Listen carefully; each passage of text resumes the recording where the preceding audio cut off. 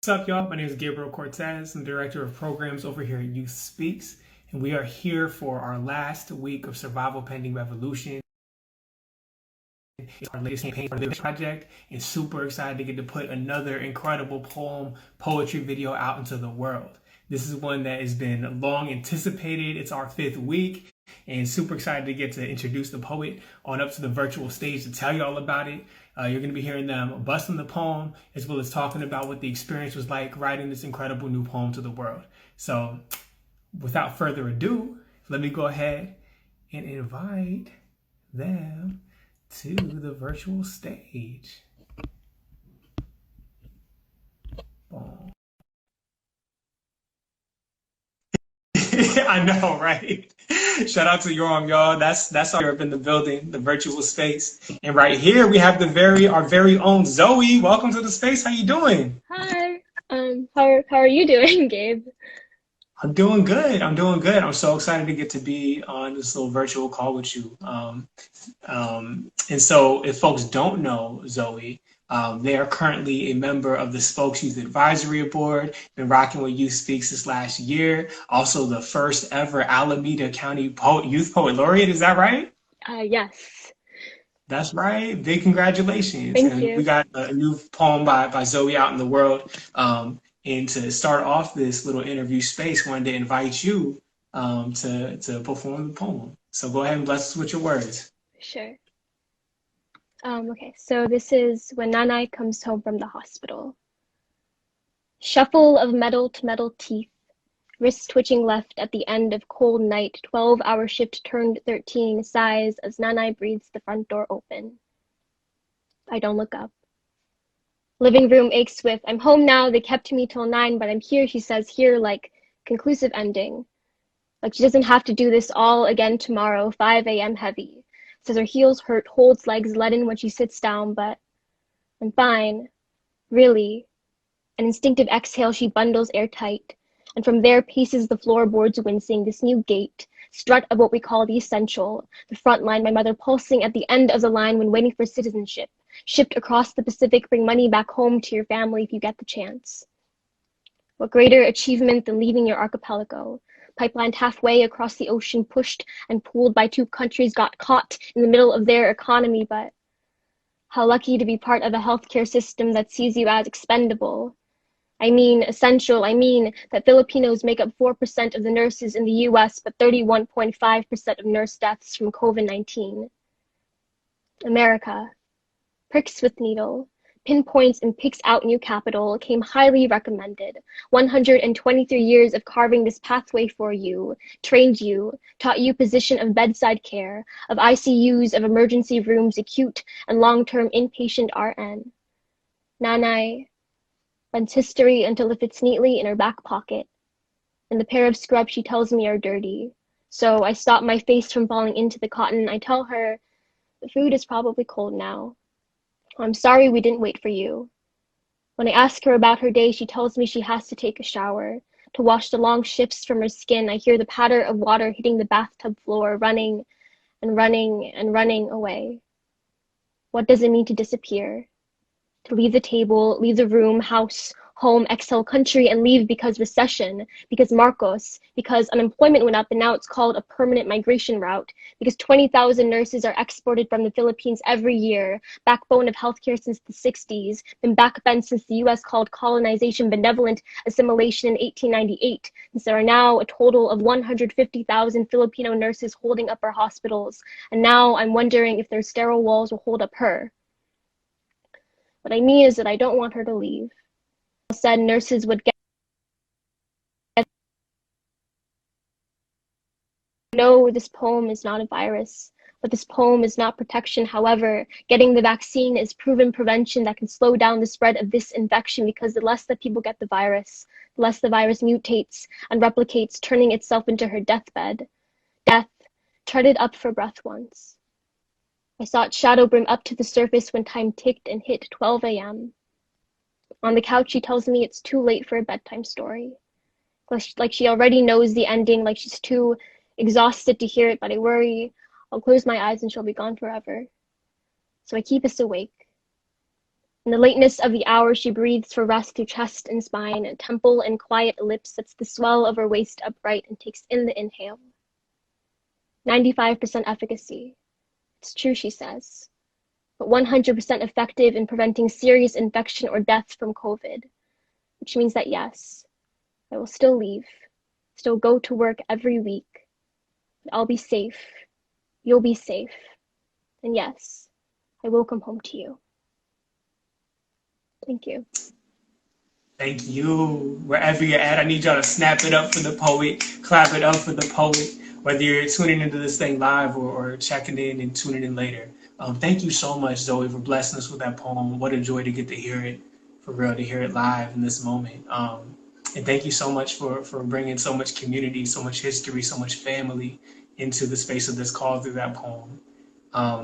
Speaking of history, I want to take a little moment for the folks to get to know you a little bit.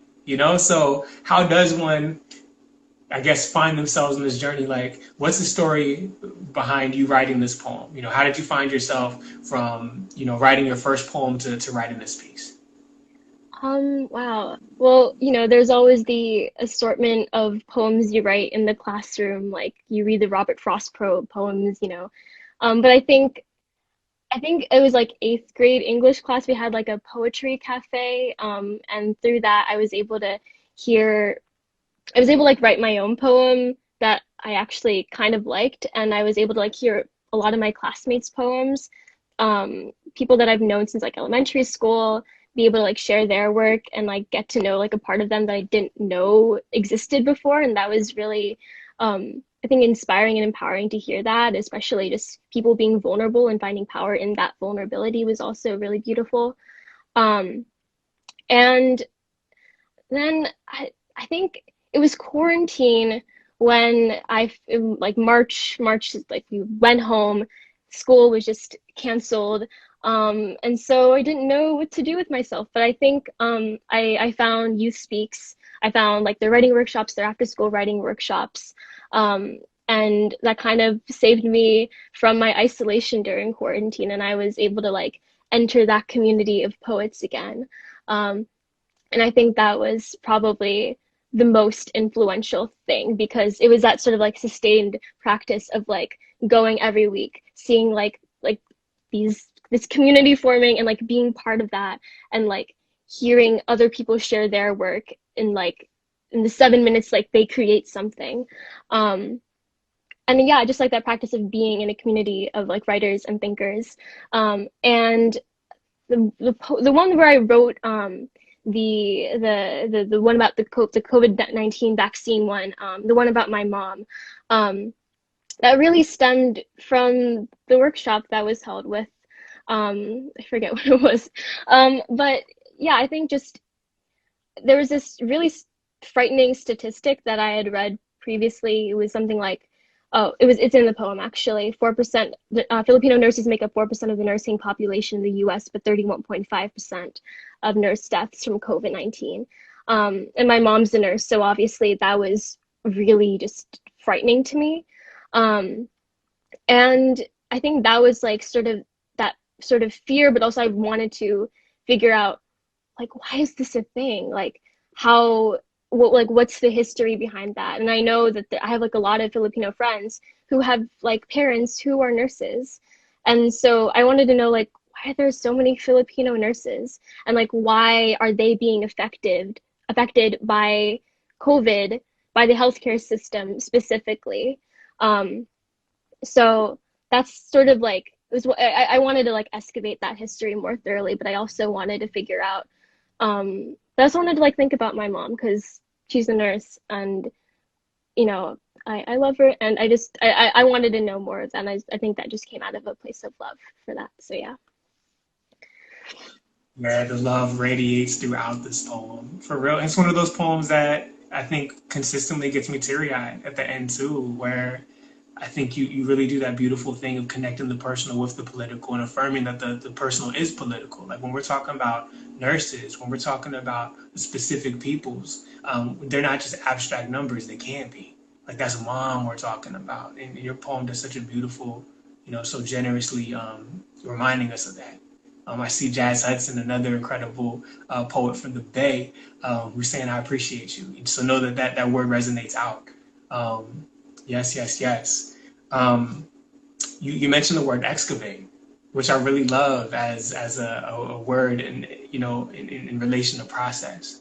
And so, as folks know, if they've been following this campaign, Survival Pending Revolution, it's in conversation with the Panthers. So I'm curious, just to invite you, when you hear Survival Pending Revolution, like what does that mean to you? Um, I guess, well, when I hear survival pending revolution, I think I learned about like the Black Panthers and sort of like their free breakfast program, and sort of this like broader idea of like mutual aid networks. And I think that like the idea of mutual aid networks as like the communal allocation of critical resources, but also just like the basic idea of just like showing up for each other, um, I think is really important. And so I think survival pending revolution is sort of the takes from the values of like mutual aid networks, of just love in practice, I guess you could say that. And in terms of like the COVID vaccine, I think that getting the COVID vaccine is a way of showing up for one another, showing up for like the people who are like work to keep us safe, like healthcare workers and nurses and people who just exist in the world that are like just trying to take care of each other. Um, yeah, survival pending revolution is just taking care of each other and showing up for each other for me. Yeah. Absolutely. Yes, love and practice. Come on. Like I need, yeah, absolutely. Vaccines as love and practice, showing up for each other, mutual aid. Come on. Like, and we recognize it doesn't end at the shot, right? Like, if we really want to take care of the health and safety of our communities, it doesn't just end with vaccines. That's like step one. So beautiful, beautiful. Thank you. Um, so next little question, especially when talking about community, that's a word that can mean a lot of different things to a lot of different people. So when you were writing this piece, or just in general, who do you feel like you write for, and who are you thinking of when you were writing this poem in particular? Um, well, I was thinking about my mom, really. I think I mean, the poem is about her. Um, and I think just thinking about all the parents who come home late. And I think like the first part of the poem is my mom who came home late. Like I used to like I don't know, my dad is the cook in the family basically because my mom always like came home really late and like we had like TV dinners and like all of these sort of like things from like my childhood. And I was like thinking about that and thinking about, you know, like just being able to like sit around a table for dinner is such a blessing, and I feel like not a lot of people have that opportunity. And I just like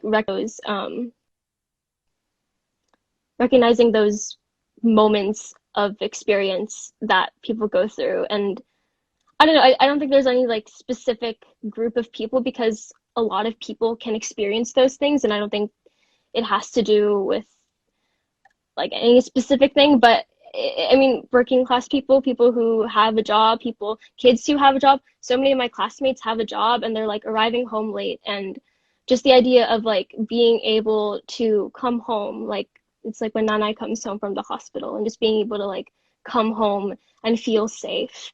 And just, I don't know, I just wanted to encapsulate the feeling of being able to like come home and like have that home be somewhere where that isn't a place of fear or anything of that nature. It's something that you are, I guess, in community. Like your family is your community. If that is for you, some or I don't know, home maybe home doesn't have to be a physical place. And so wherever like you're able to like come home to, I think is valuable. So valuable. And yes, to protecting those homes and making sure our working class people are protected. And shout out to you. Thank you for naming also the young folks in our communities that are working, just as tough, right? Got the work of school, and then they have to put on like the bring home the money hat too. And what a wild time to have to be out in the world working right now, right? So thank you for honoring them with your poem. Um, so what What is the narrative that this poem is trying to challenge as it relates to COVID-19 vaccines, if at all? The narrative. I think, well, just writing this poem, I was able to, I think specifically like the relationship between the Philippines and the United States.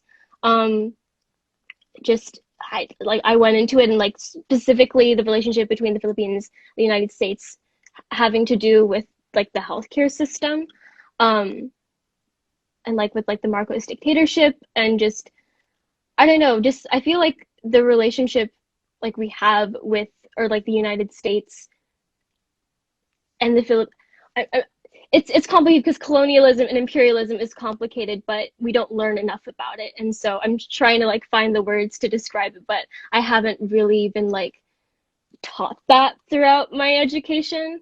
Um and so maybe like all of this was just trying to like unlearn all of that and like understanding sort of the experiences of the Filipino community, and just like people of color in general, how it relates to like trying to think about history not through the lens of white supremacy. I guess is the crux of it.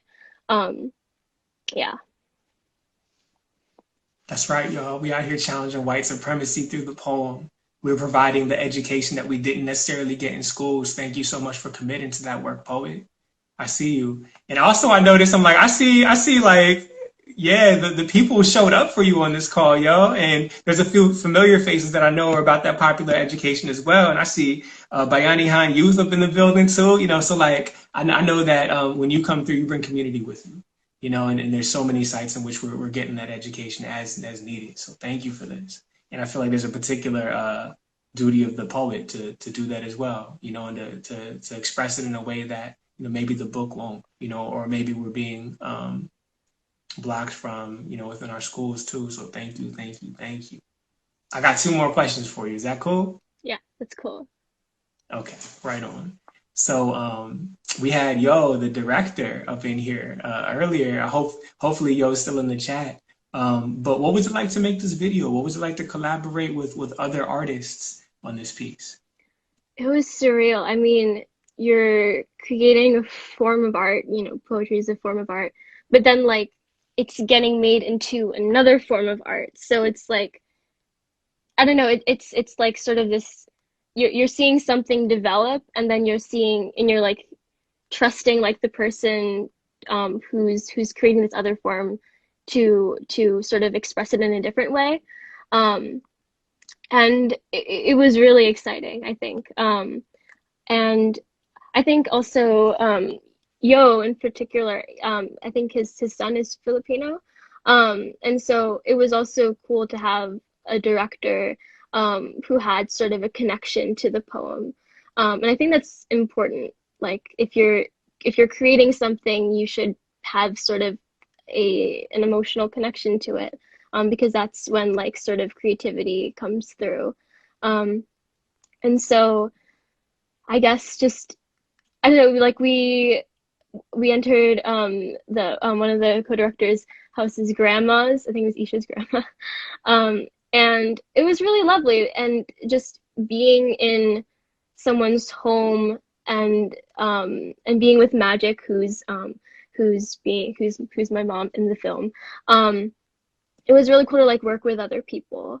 And I'm new to like being filmed, so it was also cool to have that experience. However slightly awkward it was, but it was really beautiful. And and another thing, we went to Alameda County Beach and like I went into the ocean, um, and I thought it was gonna be cold, but it wasn't cold. And it was actually really quite nice. And sort of the ways I don't know, I love like the ways directors like they have an eye for things. And so I was like seeing the poem through like more of a visual sort of lens that Yo created through his filming. And so that was really cool. And I think just being able to see it now, I showed it to my mom it was the first time she saw it when I got in the Google Drive. And it was really cool because it's the first time I kind of really shared the poem with her, and I wanted it to sort of be in that sort of whole like the final product. Um, and I just watching her, like, being able to watch it was probably the most um, the best experience throughout this whole process. Wow, wow. I wish I could be a fly on the wall in that moment. That is truly special, for real. When we write a poem about somebody or for somebody and then to get to deliver it to them. And yeah, beautiful way to make that beautiful moment for yourself.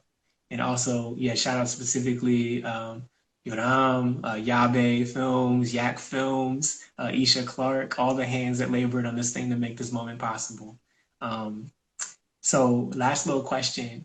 Um, what are some tips that you have for young writers that are trying to use their voice for justice? Ooh, um, I would say I think for me, being able to write with other people was the most valuable experience. I think beforehand, I think writing by yourself is also really cool, but there's a particular experience when you're writing with other people and you're like hearing that their immediate response to things without sort of like the like five different drafts of editing, but just seeing like the raw thing of it is really cool. And so yeah, just like find a community of writers or just be able to listen to other poets, I think especially for me, like the open mics, I think yeah, being able to share your poetry, I think is a cool thing to do. I think spoken word poetry particularly, because you're able to have like I guess autonomy over how the poem is shared and how it's interpreted in a way. Not interpreted, more like sort of the tone of it. Because when you read something, it's not going to be the same as like someone else reads it. But you have sort of like this control over it. Um, and so, yeah, I just being able to like be just write in a space that's in community and share in a space that's also in community. And also like when you're actually thinking about what to write about, because there's so many things to write about. I think they like Olivia Gatwood in her like TED Talk. Oh my gosh, watch her TED Talk, guys. It's so good. Olivia Gatwood. We find each other in the details. But there's this she was talking about how like we want to write the poem that saves the world. But really and like we want to talk about all these like international things and these national things, which I think are like so valuable. But also it's important to like recognize your own lived experiences as something that's also valuable. And the how like these she was talking in her TED Talk, which you should still watch even though I'm trying to like explain it. She was talking about how like imagine you're at a pool party. Imagine you're wearing your first two-piece swimsuit, your first bathing suit, and you're surrounded by a bunch of girls that have been wearing like bikinis since they were like 11. Um, and so it's talking so like there's like very specific details, but what you're really talking about is like girlhood, um, body image, shame, um, and like right there, even though you might not have went to the pool party, you're still like taking in those things, and those are universal experience and universal like emotions. Shame is like a universal thing, and so I think being able to see how you can relate to people by going in sort of like the opposite. Like you don't have to like create this like broad thing to relate to people. You can like tie it back to like very personal things, and that's how you're able to connect with people. And recognizing the value in those things is how you're going to be able to connect with people, and that's how you're going to be able to write a beautiful poem and share that with your community. Dropping all the pro tips, all the gems. Thank you, thank you, thank you so much for that, Zoe. And thank you for putting it into practice too. All of that wisdom, all of that hard work, all of that community story and channeling it into this poem and many more. I know that I'm somebody that can't wait for the book to drop, for the for the album, for the one person show and all the various ways you're going to combine your superpowers into just like, what the world needs to hear right now. But thank you for real for blessing us with this piece, giving us a little window inside the mind of the artist too. Um, so as a way of closing this out, this is the last interview that we're doing for the Survival Pending Revolution Bigger Picture campaign. And super glad that you got to be our final poet to close this out. I want to encourage folks, if they're listening now, check out those videos. We release one every week, and this is the 5th one, and they're all beautiful. They're all gorgeous. They're all necessary and doing exactly what Zoe's saying about, talking about the universal through the specific, right? That counterintuitive thing that poets do in describing our shoelaces, describing the entire universe around it. Also want to encourage folks, tap in with your community. If you are 13 to 19 years old, if you are 21 and under, you're in the Bay, or you're gathered from throughout the world, tap in with Youth Speaks. We got online activities, writing workshops, open mics, poetry slams, craft workshop if you're trying to learn how to publish with Human Win, if you're trying to learn how to rap with SynQ, aka EJ Walls. Got workshops starting up in October, and all you got to do is hit up bit.ly/register for YS22. I got that link memorized and it's cooked into the back of my brain. And if you got any questions, if you're one of Zoe's people, ask Zoe, because Zoe got the info, got the juice, got all the things for you to plug into too. But thank you again for coming through, Zoe. Appreciate you. Thank you for the community that showed up now and in the future to view this. Get your vaccines, people. Don't stop there, right? Get activated, get organized, because it's survival pending revolution, right? And we need both. We need both. So, all right, Zoe, any last words you want to hit him with? Thank you for having me. Yeah. Thank you. Well, you have a great rest of your day. You too. Bye. Bye.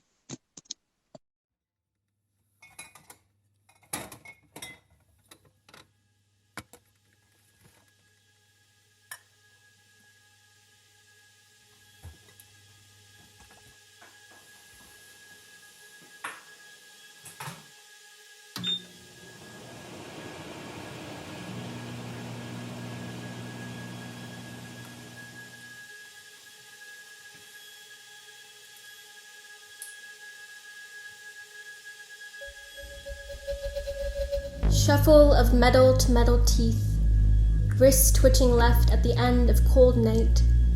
12-hour shift turned 13, sighs as Nanai breathes the front door open. I don't look up.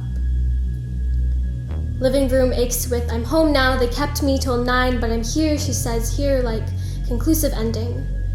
Like she doesn't have to do this all again tomorrow, 5 a.m. heavy, says her heels hurt, holds legs leaden when she sits down, but I'm fine, really. An instinctive exhale, she bundles airtight, and from there paces the floorboards wincing, this new gate, strut of what we call the essential, the front line, my mother pulsing at the end of the line when waiting for citizenship, shipped across the Pacific, bring money back home to your family if you get the chance. What greater achievement than leaving your archipelago, pipelined halfway across the ocean, pushed and pulled by 2 countries, got caught in the middle of their economy, but how lucky to be part of a healthcare system that sees you as expendable. I mean essential, I mean that Filipinos make up 4% of the nurses in the US, but 31.5% of nurse deaths from COVID-19. America. Pricks with needle, pinpoints and picks out new capital, came highly recommended. 123 years of carving this pathway for you, trained you, taught you position of bedside care, of ICUs, of emergency rooms, acute and long-term inpatient RN. Nanai bends history until it fits neatly in her back pocket, and the pair of scrubs she tells me are dirty, so I stop my face from falling into the cotton. I tell her the food is probably cold now. Oh, I'm sorry we didn't wait for you. When I ask her about her day, she tells me she has to take a shower. To wash the long shifts from her skin, I hear the patter of water hitting the bathtub floor, running and running and running away. What does it mean to disappear? To leave the table, leave the room, house, home, exhale country, and leave because recession, because Marcos, because unemployment went up and now it's called a permanent migration route, because 20,000 nurses are exported from the Philippines every year, backbone of healthcare since the 60s, been backbent since the US called colonization benevolent assimilation in 1898, since there are now a total of 150,000 Filipino nurses holding up our hospitals, and now I'm wondering if their sterile walls will hold up her. What I mean is that I don't want her to leave. What I mean is that when the news channel said nurses would get their vaccine, it felt like tension released. And I know this poem is not a virus, but this poem is not protection. However, getting the vaccine is proven prevention that can slow down the spread of this infection, because the less that people get the virus, the less the virus mutates and replicates, turning itself into her deathbed. Death treaded up for breath once. I saw its shadow brim up to the surface when time ticked and hit 12 a.m. On the couch, she tells me it's too late for a bedtime story. Like she already knows the ending, like she's too exhausted to hear it, but I worry I'll close my eyes and she'll be gone forever. So I keep us awake. In the lateness of the hour, she breathes for rest through chest and spine. Temple and quiet lips sets the swell of her waist upright and takes in the inhale. 95% efficacy. It's true, she says. But 100% effective in preventing serious infection or death from COVID. Which means that yes, I will still leave, still go to work every week, but I'll be safe. You'll be safe. And yes, I will come home to you.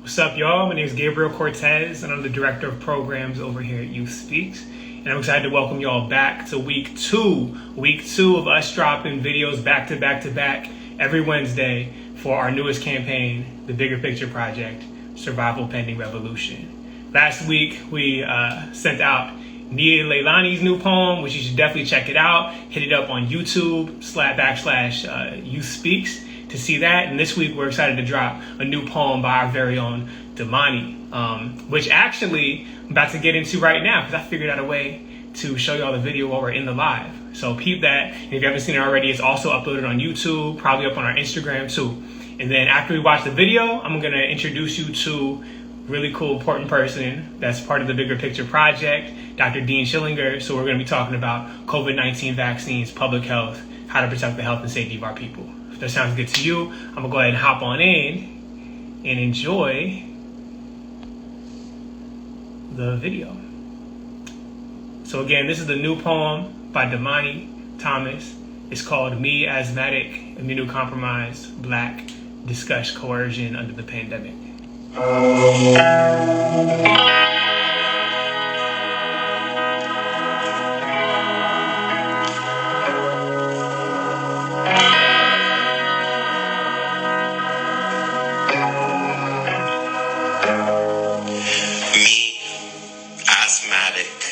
Immunocompromised, Black, discuss coercion under the pandemic.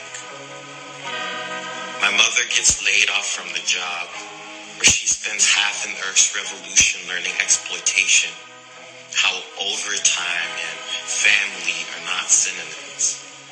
I ask my employers what they are doing to protect us, frontline heroes. They respond, Pine Sol, Lysol, and do you want the job? I can find someone else. I say no, and am on an unemployment wait list 3 months long. I say no, and unemployment asks me if I refused any work, then takes a percentage from my refused labor. My no, my asthma, my immunocompromise slowly kills me. Then suddenly, a biomedical breakthrough, a vaccine. How medical professionals made the Oakland Coliseum a vaccination site in mere days. But last summer, we said housing for all. A city sent military tanks to evict mothers from homes no one was using. Last summer, wildfires made the sky bleed, and the government made prisoners patch the wound. If there was a vaccine for poverty, what would be the virus? A school-to-prison pipeline? Predatory loans? Rent is so expensive, we could have used that money to buy a whole community center. Rent that swallowed the youth baseball league tickets. A vaccine is no solution for increased BART fare, increased policing, the millions spent on ride gear because one day the city set property over people, because our mayor proposed a new budget in 2015, and the main concern was more officers, while every public school was still trying to afford textbooks. But look, I felt more plywood than hands this year. Mama washes her hands so often her palms strip of color.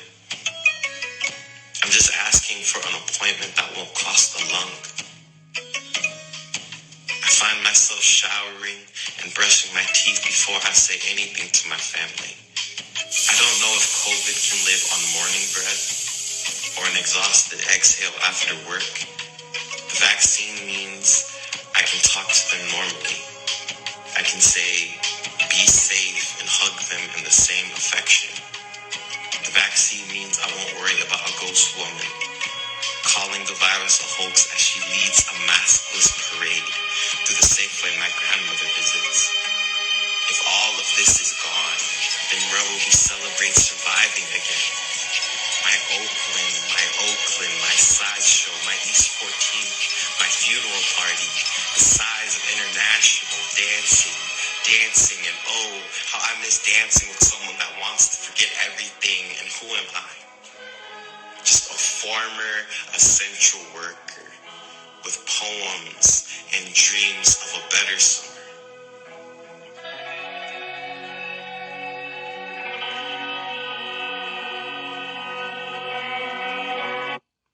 All right. We snap it up for the poet again, Damani Thomas. New video dropping today on YouTube. Check it out, youtube.com/YouSpeaks. And yeah, I think I was getting a little bit of funny kind of dissonance between the sound and the video, but make sure you see it in its full glory and just beauty up on YouTube. We're trying new things on IG Live. And speaking of, I'm excited to get to introduce on up to the virtual body. It's been a big part of the Bigger Picture project since its inception, because it's like one of the co-founders up in here. And let's see if we can get him on the call. Let's see. There he is. What's up, Dean? Hey, Gabriel. How are you? Doing good. I'm doing good. Really good to see your face. It's been a little while. Yeah, you too. Thank you. And thanks for putting the video up. Yeah, it was, the sound and the video were a little off, but I think people could get the feel. It's good. Yeah. Technology always fails us. But the good thing is folks can check out the video. Again, it's in its entirety up on YouTube. And yeah, you know, we're celebrating. And we're going to be celebrating that piece all week. As we're releasing new videos, you know, just every Wednesday for the next 3 more weeks. You know, we got 5 of these things. And, you know, as we celebrate them, getting them out into the world, I'm excited to get the whole space and to chop it up with you know, who's been here since the very beginning of the Bigger Picture campaign. In fact, I know you often tell about some of the stories of how Bigger Picture even came to be. For folks that don't know, Dean Schillinger is a doctor. You can find him at UCSF Center for Vulnerable Populations, doing direct service work with folks, like real life doctor up in the mix, and also advocate for the young people and their voices. So welcome to the space. Thank you for having me. And thank you to Damani for writing that poem. Very powerful poem. Absolutely.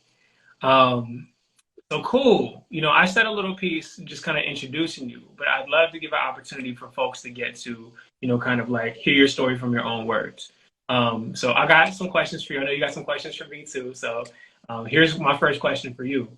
And that's just tell us about your journey. How did you go from being a doctor supporting people on the ground to also being a doctor supporting people on the ground, but supporting young folks and writing poems about the COVID-19 vaccine too?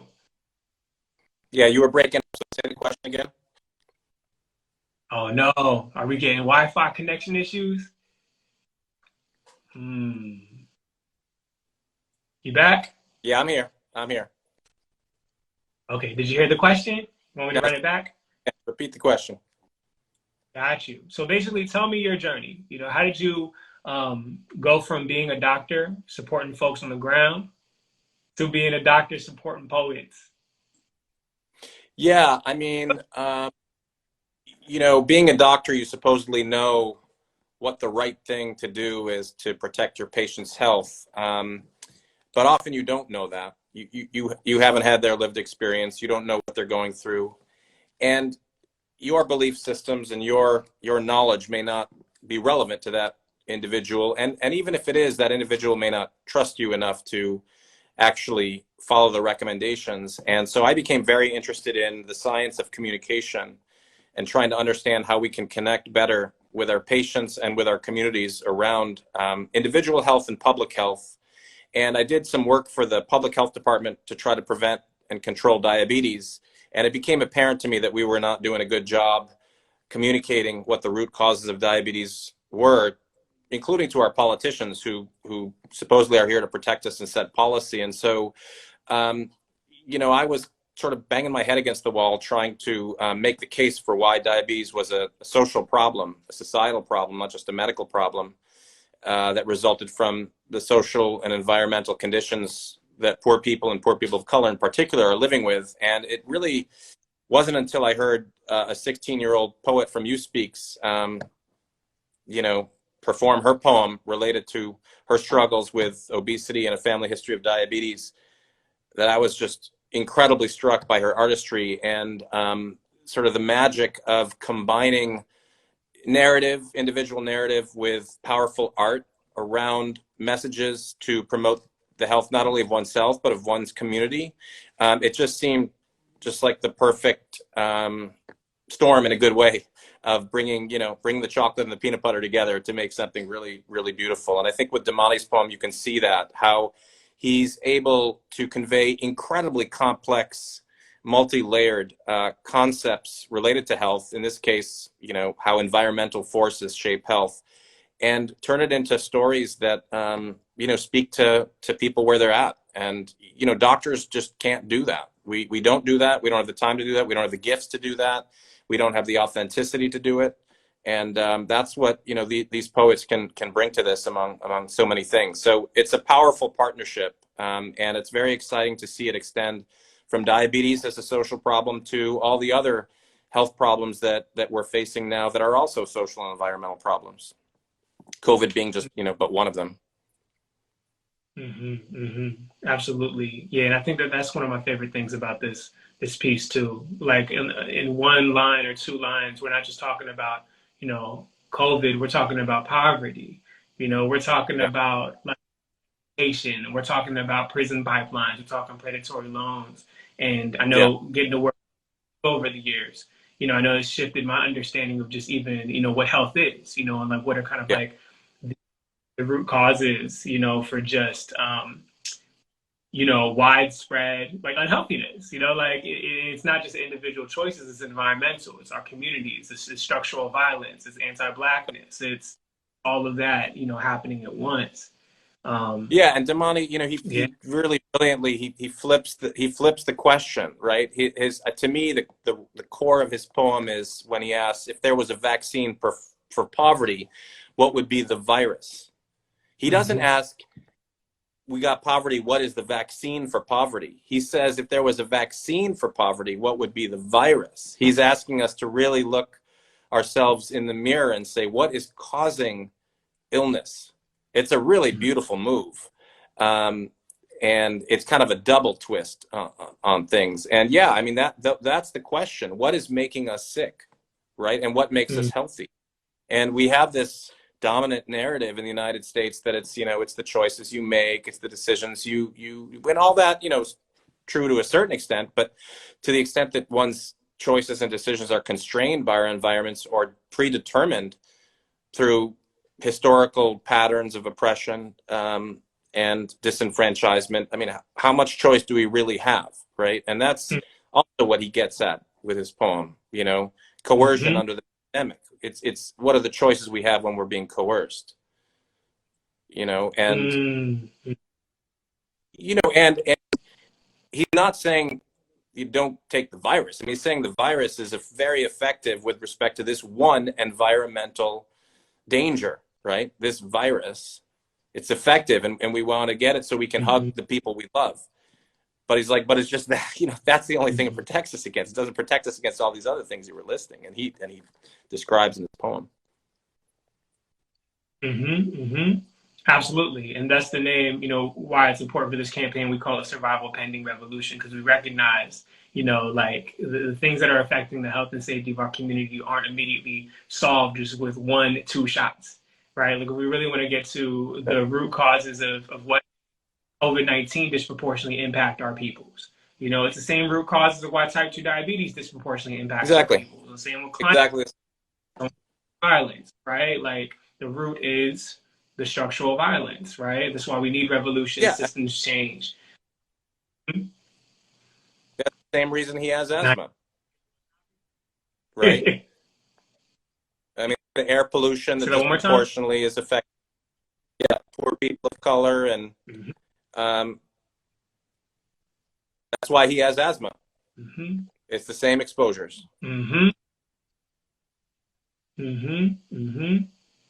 Absolutely. Like, we're talking about immunocompromised peoples, right? And folks that are often unable to even get the vaccines, right? Because of their health conditions too.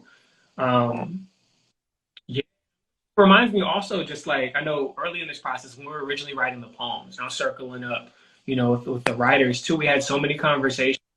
I think it's an important reminder. It's like vaccine is an important part of, kind of social puzzle, but I was even like listening to, like, what was it, New York Times, like, podcasts, and they were talking about, just kind of reminding as folks are going back to school, that, like, vaccines are one part of it, but also absolutely masking up and making sure that we're still social distancing, and all of the things, solutions we worked out, before vaccines were even available, that also just pointing to, folks, disability justice community, things that, folks have been asking of just society to make it more accommodating for folks, in their health and safety for a long time too. Is all coming to mind, when we're just thinking of the particular intersections of, like, how do you protect Black, queer, immunocompromised folks sitting at these, often really vulnerable intersections because of the way our society is structured. Yeah, I mean, there's this intersection between progressive public health and anti-racism around the concept of health in all policies.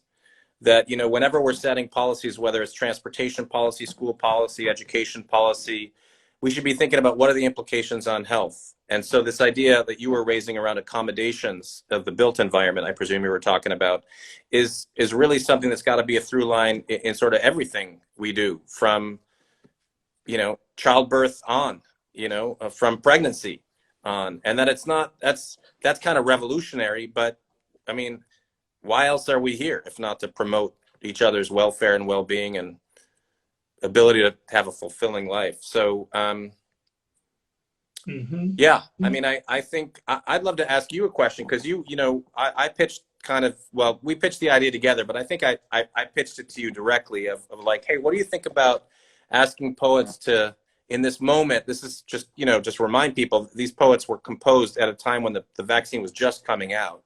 And, there was a lot of ambivalence around it. the Bay Area has done quite well, but even so, there was a lot of ambivalence about it, and there were a lot of concerns about, will people of color take the vaccine, et cetera.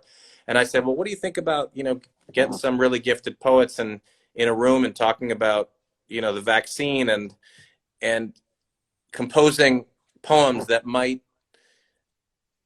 make people think differently about the messages they are hearing about the vaccine, the rah rah go get your vaccine kind of messages that we were hearing.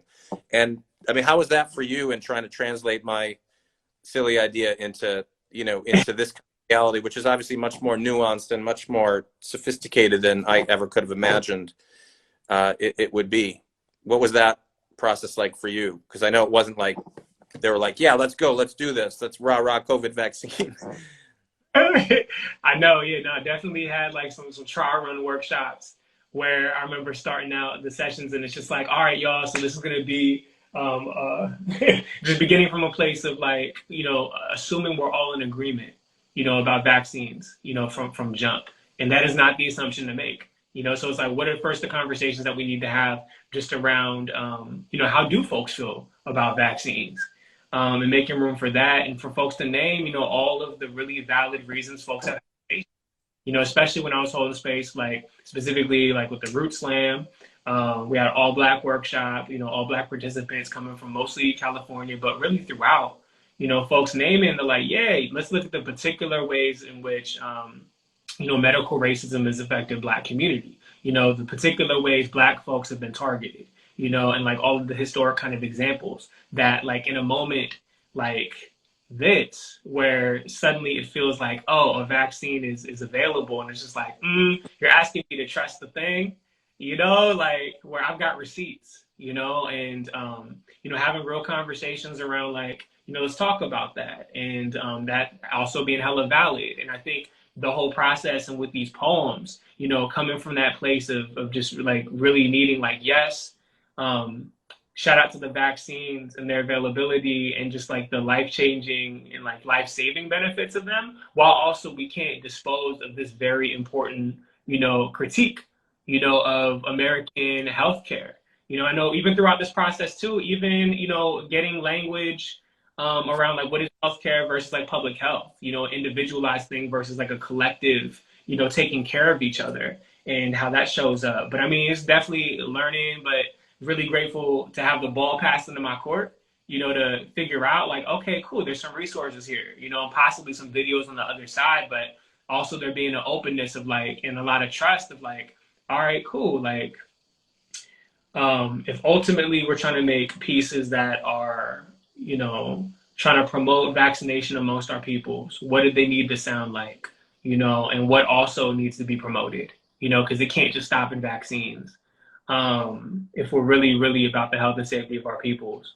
And yeah, when we, I'm studying my mentors, and I'm looking to the Panthers, I'm picking up the, the Adrian Maria Brown, I'm picking up, like the Fabiana Rodriguez's, the Jeff Chang's, like looking for direction, and looking to the historical.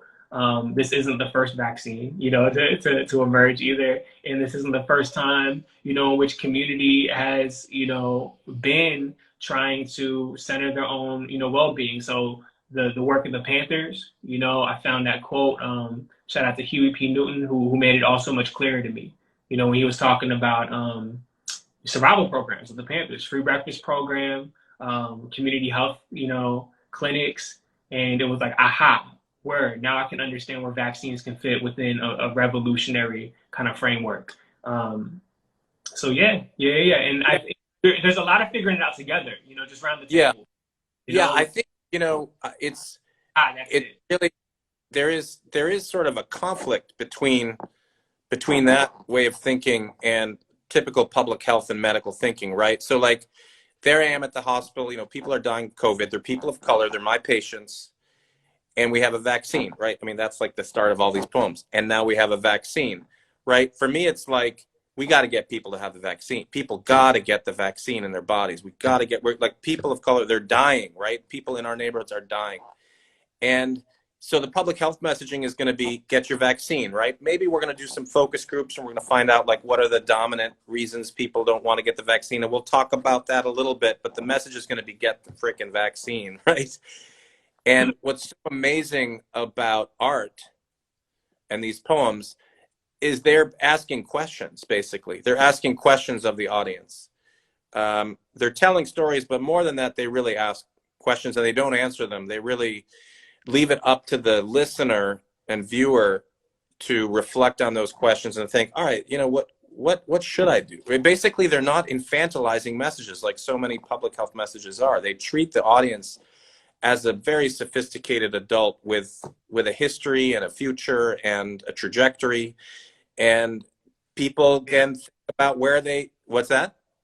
That's absolutely, and very sophisticated young folks too. Yeah, Yep. no, and that's obviously that's part of what's so amazing about these poems, right? But I think, yeah, you see a young person, you hear a young person, and you think hope, you think the future, right? And so what they say, what these young people are saying, older folks perk up and listen to more than hearing old folks talking. So I don't know. I think the fact that you've been able to help these young people create such powerful poems that are asking questions in a very critical fashion, you know, is a new way of communicating around public health. It's very new, and we don't know, right? Are people going to watch Damani's video and go like, "Sign me up," and roll up the sleeve, or you know, or does it matter really if they just feel like they're more empowered now and they understand their place in the world more in terms of health? Maybe it doesn't matter. Yeah, and like, right, like let's see what seeds are being planted here. And it's like a kind of dual enrollment. I think that we're in agreement too. It's like, yes, absolutely, you know, get these vaccines if you're able to, you know, and also like get them because we're going to need you tomorrow, you know, because the work isn't finished, you know, again, once you're good, you know, how we're making sure we're all good.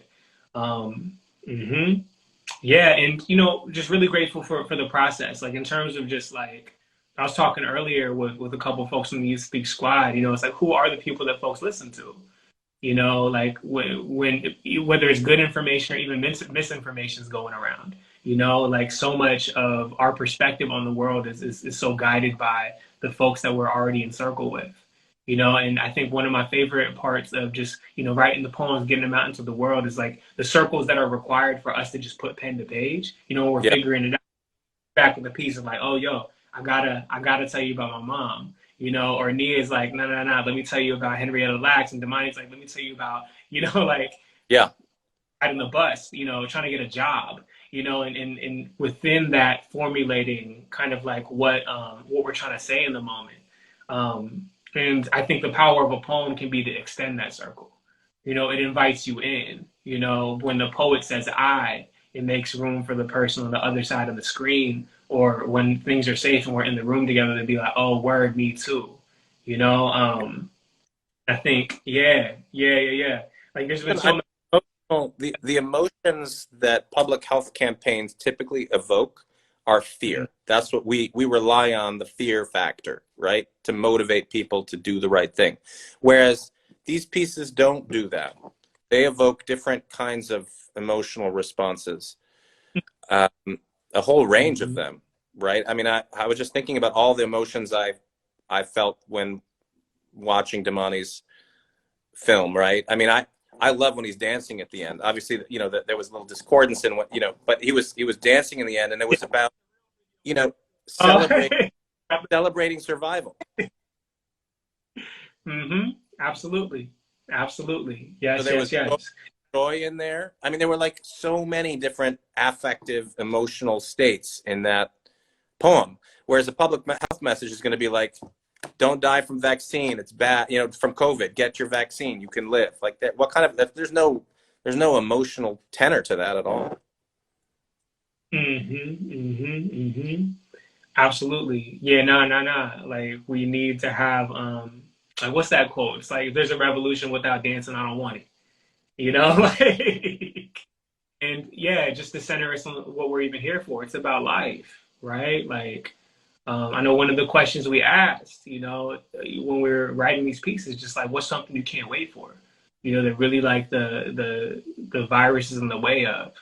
So much of it is like that first party, when it's safe Yeah. for us to breathe, get somebody that you love, you know, worrying that you're gonna pass something on to them or get something in return. Like, yeah. And sometimes we need that reminder. We've been away from each other for a long time. It's been a year and a half or something, like since we, like Yeah. just gotten feel that joy. Yeah, and then so then there's that emotional range, and then there's just like the range of imagery. Like, so in 3 sentences, you're in your mind, you're seeing the Oakland Coliseum, right? You're seeing the protests related to housing as a right. There are so many things that a poem sort of elicits in the visual mind, that just can't compare. I mean, it's just incomparable to a simple public health campaign that tells you to go get a vaccine, So, the impact is potentially, much, much bigger, for Mm-hmm. some. This is why it's so important for us to share these poems with all of our friends and family and loved ones, and get them to share them as well. Because there's nothing like this online. I've looked, I've even looked at, what communities of color, organizations of communities of color are putting out. They'll get like LeBron James to say the public health message, right? They'll get people Shut from up. the community that are well known, right? But it's different. Like you're saying, having Nia talk about, her mother or Damani, or, it's just very different. Mm-hmm. Mm-hmm. Mm-hmm. Absolutely. Yup. And yeah, like the young folks, you pass on the mic, they're gonna say what needs to be said. It's what we're here for. Yeah, and shout out specifically. I know we're naming, different organizations. I saw the Latino Community Foundation up on here dropping a heart earlier on the chat. So thank y'all. Thank you also for supporting, putting resources into this work too. Um, yeah, and we're Yeah. already kind of naming these poems. They are precious, and the stories are precious. And really encouraging folks to get them out there. If you enjoy the video, watch it on YouTube. Pass it to someone that needs it. You got a responsibility, to not let it just, all right, I'm gonna just close the tab, but if you feel like it'll resonate with somebody, maybe be the thing that breaks through the ice. It's like, okay, maybe it's encouraging me to go get that vaccine, or actually, how can I show up, in other ways for the people. Um, and of course, too, if you're listening to the thing and you're thinking about it, like you're still unvaccinated and you're like on that precipice, want to encourage you, get that thing. Like, do it. We got, actually, I'm like, maybe it's a good question.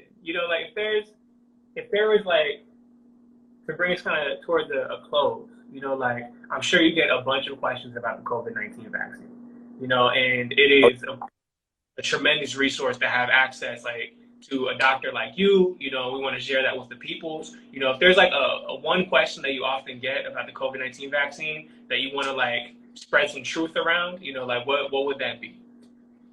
I'm going to refuse to answer that question, because there is no such thing. No, I mean, basically, the longer I've been a doctor, the longer I've been able to learn that everybody's different. Everybody has their unique story and their unique issues. And so for me, it's about the question that I ask them, so what is it for you? What is it for you? And I hear different things from everybody. I mean, there's no one thing. It's got layers and layers. I mean, it fits into some, common themes, but the themes aren't that helpful. It's really the specifics that I hear. And, you're a communicator too. You work with what, you hear, and you try to help people, work through it themselves. I'm really stopped saying to people, go get the vaccine. I think I've been learning from this poetry, it's more about having them ask themselves these questions, like, so I'll say, like, what's good about the fact that you're not getting the vaccine? What do you like about that? And what are some of the things don't like about it? What do you worry about? And then they start talking about it, and then they start reflecting, and, then they'll come up with their own informed decision. So that's all we can do, is converse with people and get them to reflect on their own choices. Absolutely. Yeah, no, thank you for that. It's really cool to get to see how just the necessity of questions. I know within a poetry context, and to hear how it emerges in your work too, for real. Yeah, it's And I very think, improvisatory, actually. It is very improvisatory. well, Well, on that tip, I think it's about time to bring it to a close. Thank you for letting me ask you some questions and asking some questions of me as well, and making time to be on this call. Oh, always good to be with you. Same. Right on. So, last reminder: get that vaccine. Check out Damani's video. It's on YouTube. Share it to somebody that needs it. Watch it again. And yeah, y'all, survival pending revolution. Right? Let's vaccine is step one. All right, that's a new Exactly. tagline. Yeah. All right, y'all. I'm gonna go ahead and end this call. Thank you again, Dean. I'll see you soon. Peace. What's up, y'all? My name is Gabriel Cortez, and I'm the director of programs over here at Youth Speaks. And I'm super excited to get to tell y'all about some new things that are coming down the pipeline. So we are gathered here to celebrate the release of 5 new videos, part of a new bigger picture campaign called Survival Pending Revolution. If you've heard of the bigger picture, you might know it through some of our work where we've worked with UCSF Center for Vulnerable Populations on a mission to try to end type 2 diabetes and talk about and change the narrative from just it being about shaming individuals for their choices to talking about type 2 diabetes as an environmental issue. So we've helped empower young folks and make spaces for their voices to speak out about their experiences and how they see it in their communities. And really excited to get to put out 5 new videos into the world that are really representative of how the bigger picture project has expanded from just talking about type 2 diabetes to now talking about structural violence and health and community safety and wellness from a more expansive lens. So not just talking about type 2 diabetes, also talking about climate change, talking about police violence, talking about all the other things that are also important conditions that are affecting our people's health. So about this new campaign, it's called Survival Pending Revolution. And it's inspired by the work of the Black Panthers, specifically Huey P. Newton, who, when he was talking about, programs like the free breakfast program or talking about the community health clinics, the way that they framed it, the way that they rationalized it within their revolutionary movement is that we need to have programs that help ensure the survival of our people so that they're there tomorrow, ready to hold it down for the ultimate revolution and the shifts that we need to really, truly protect the health and safety of our peoples. And so that is the lens that we've helped the young folks we're working with in considering what's our relationship to COVID-19 and specifically the COVID-19 vaccines. So I'm really excited to get to invite into the space one of the poets whose poem that just came out this yesterday, actually. They are an alum of Youth Speaks. You might have seen them at Brave New Voices representing Atlanta. And they're a mighty poet that I'm super excited to get to invite into the space to be here with me. So let me go ahead and bring them up. And while I'm doing that, I want to encourage you too, if you're going over to youtube.com/YouthSpeaks, you can see their video today. So let me see.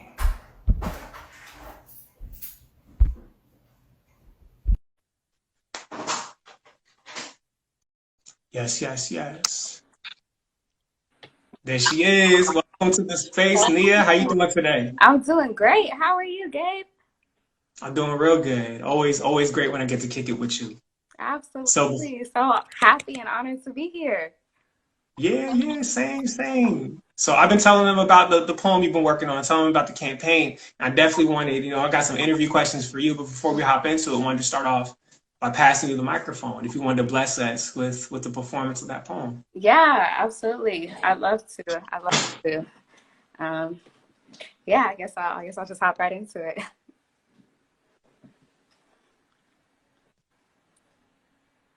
My sliding closet door slams back and forth against the wall as I contemplate what makes most sense to wear. I push past my favorite unapologetically Black tees, as if they alone give my skin its permission to breathe freely.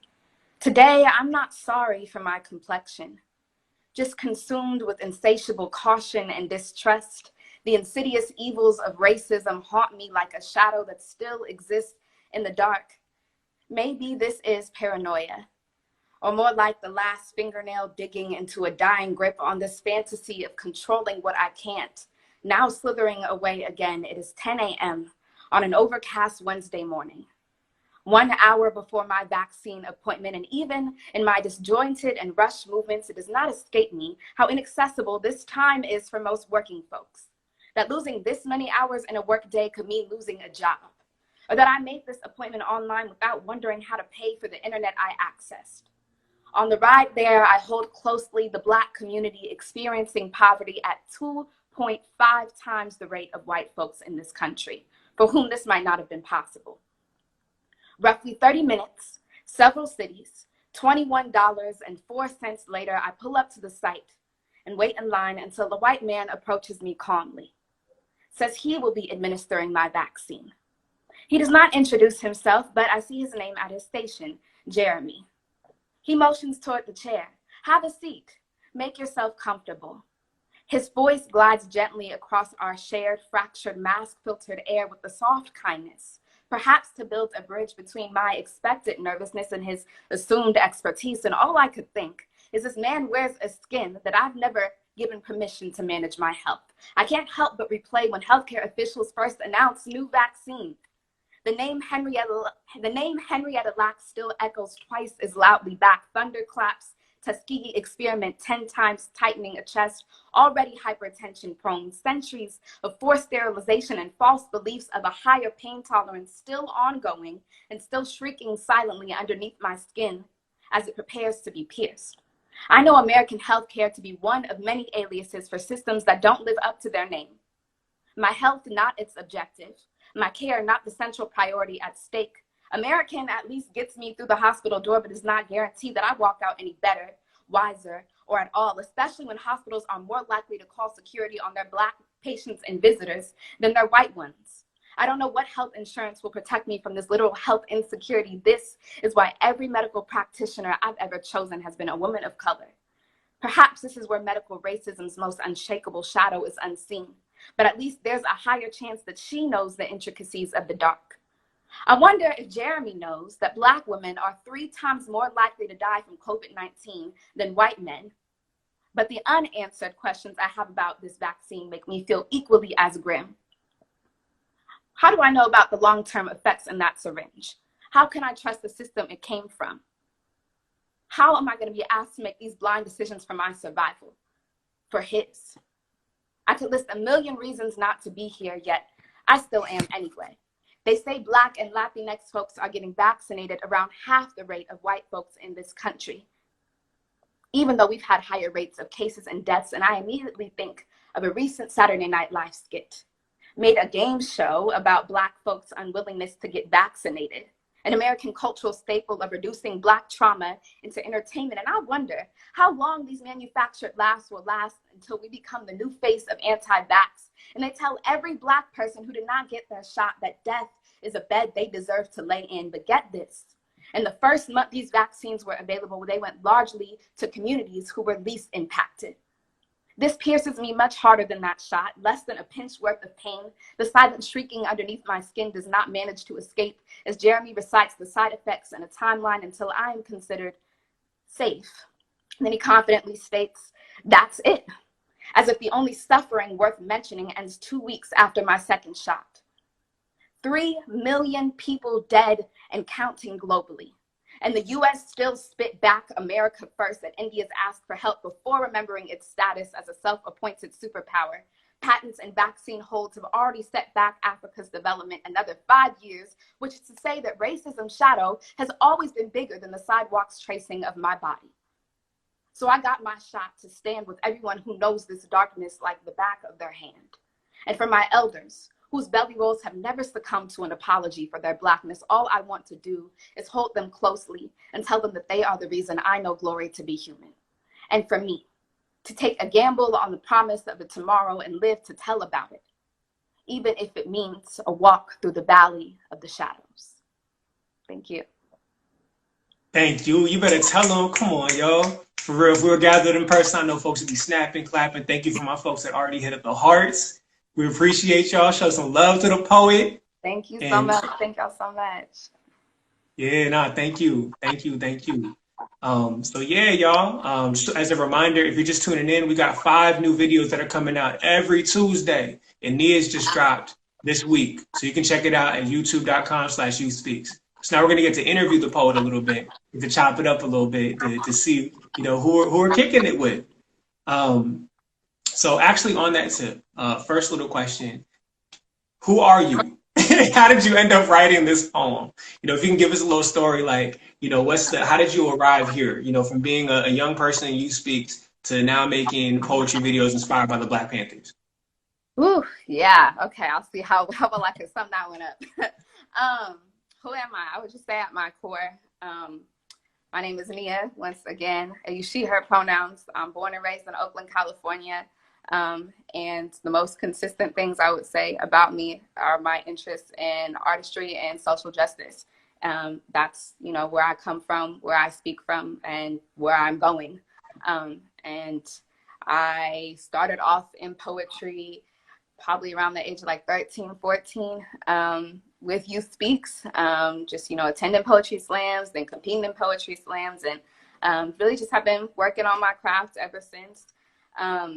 And, took a bit of a hiatus, but, as the world has become more and more tumultuous and volatile, my passion for social justice feeds my artistry and vice versa. And so it kind of was coming to a more explosive point. And, we came to this moment in particular, this poem is kind of just in response to this idea that getting the vaccine is, an easy, simple step that if you don't take, you should feel guilty and ashamed.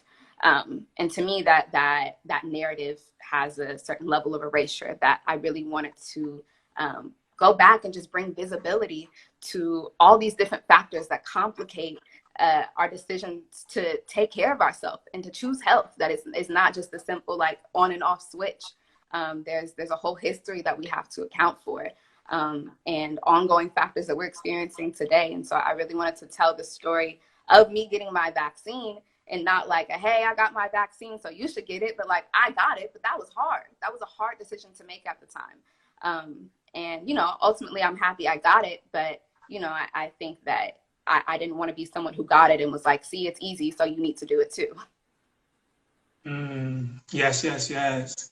Thank you so much for fulfilling that duty of the poet and just bringing nuance to it, and bravely speaking from just, your experience while also connecting us to that necessary history, that we need to be talking about, right? And not participating in that erasure is crucial. Mm-hmm. So speaking of, kind of the project, it's called Survival Pending Revolution. That's where we ultimately landed. You probably remember the session where it's like, aha, like this is the frame. But I wanted to ask you, when you hear the phrase survival pending revolution, what does that mean to you? I think,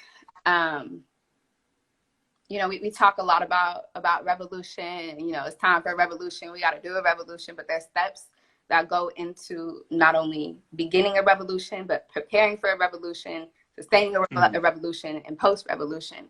And so to me, I see the meaning to, I see a few meanings to this. I think one is about preparedness and, creating foundations for our own sustainability for the upcoming revolution when it comes, because it will come. It's not a matter of if, but when. But I also think it's that making sure that when we're worrying about our survival, that we're also looking ahead and saying like there's another future that is coming. It is about getting through the day, because we have to focus on getting through the day, but it's also about getting to the future, getting to the future that we deserve, getting to the future that we paint for ourselves, getting to our self-designed and collectively upheld future. And so that's kind of how I interpret it. Absolutely. Thank you so much for breaking that down for real. It's like we're talking about today and we're talking about the tomorrow that is to come. And how do we make sure that all our peoples are there? Mm-hmm. Absolutely. Whether it's like, get this vaccine if you're able to, or just like, how do we show up to just, get what we need today so we can be there for that revolution. Right. Beautiful. So Who would you say that you write for? You know, who are you thinking of when you're writing this poem? It's interesting because I think, oh, well, for this poem in particular, well, one thing that's interesting about this poem is I wrote it, just a few months ago, but so much has changed since I wrote it. And so, I wrote this partially for myself to get myself through. I think that, when we were drafting these pieces, there were so many different factors, and I wanted to have like, a singular narrative, kind of like in school, you're taught to have a thesis statement, like one argument, and have all these things to back up your argument, be strong and convicted and unwavering. And I just did not feel unwavering.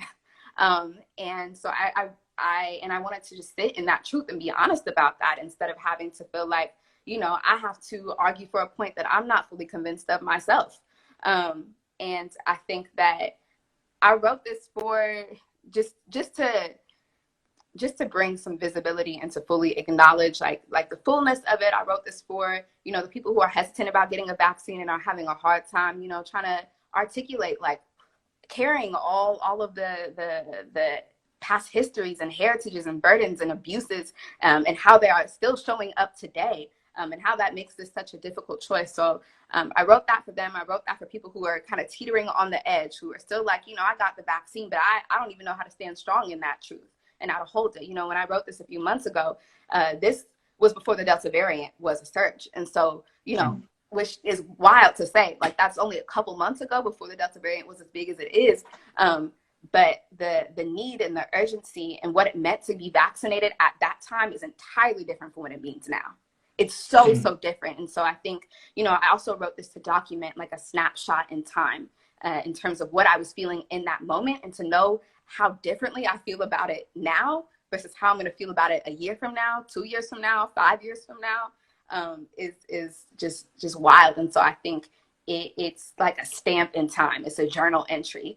At the time I wrote it, I think it was definitely for people who are on the edge. And now I feel like I wrote it to just say, this was a step in the journey that I think really needs a lot of documentation. And I think I remember mentioning to you too, like, I want to continue writing about it. Like, this might need a part 2, 3, 4, 5, 6, like, as long as this goes on. And even whenever, people have different definitions of what post-pandemic is, but like, there's still like recovery. We're not there yet because we still are moving through it, but there's so much more to come.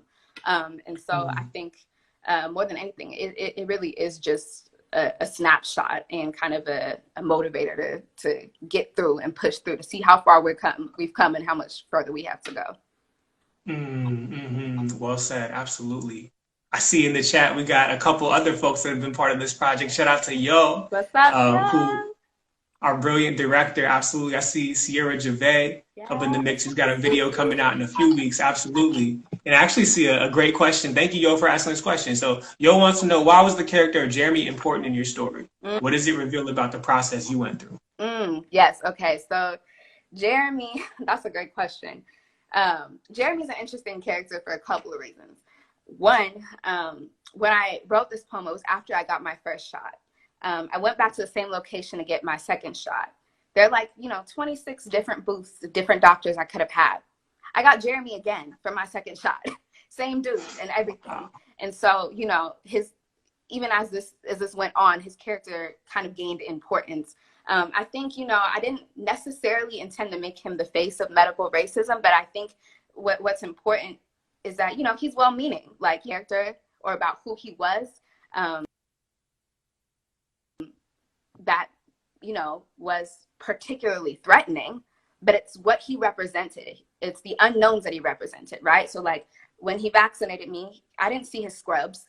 He may have had a badge, but I didn't see his scrubs. I don't know his medical background. I don't look up his degrees or how well equipped he is to manage my health or anything like that. I don't, there's so many different unknowns. And I think just to understand that, like, even though most of my references are historical, here's why they're relevant. Here's why I worry about them. The reasons to worry about them are right in front of me, and there's no way to have like the assurance that I want to have. And so I think,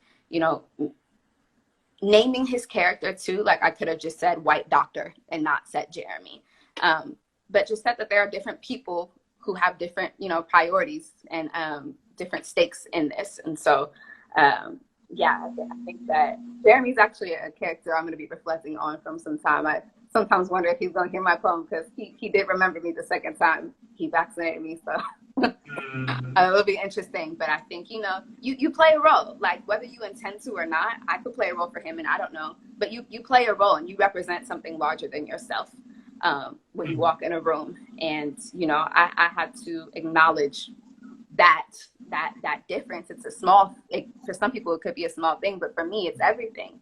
I am very intentional about having doctors of color and women doctors for a lot of different reasons, and this was random, and I randomly got him twice. But I think that who he was and kind of his role in my coping was important to name. Absolutely. Thank you. I got a couple more questions. Yeah, absolutely. Okay, sorry. So one, I'm curious, especially now that we're getting to see the videos, like, and you're already reflecting on, like, man, how long it's been since you wrote this piece. And I'm really curious, what was it like to make the videos, and now what's it like to actually, be on the other side and see it? Yeah, so this is something that was really cool about this process. Is I've never had art made out of my art. Like as a poet, you write your art, you have full control of, how you present it, if you read it, if someone else reads it. But I got to, write a piece and say, here, paint a picture.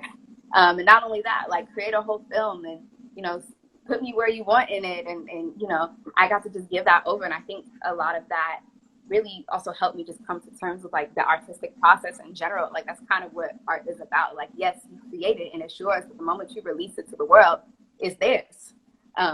Yes, you take credit for it and it's your creation. But I actually got to release this to another group of artists and be like, now this is yours too. This is ours. And I've never had that experience, but it was really cool to just kind of see, I wrote it and didn't necessarily have like a super rigid picture. I'm also, generally very open. However you see it is how you see it. And because how you receive it kind of usually reflects on, your own experiences. So I was just really curious. I really looked at it with a complete open mind and was, honored to just, hear their feedback and all that. So yeah, I enjoyed it a lot. And now just being on the other side watching it, a friend also just recently asked me, like, what is it like now that it's done? And I'm just like, I'm just letting it breathe.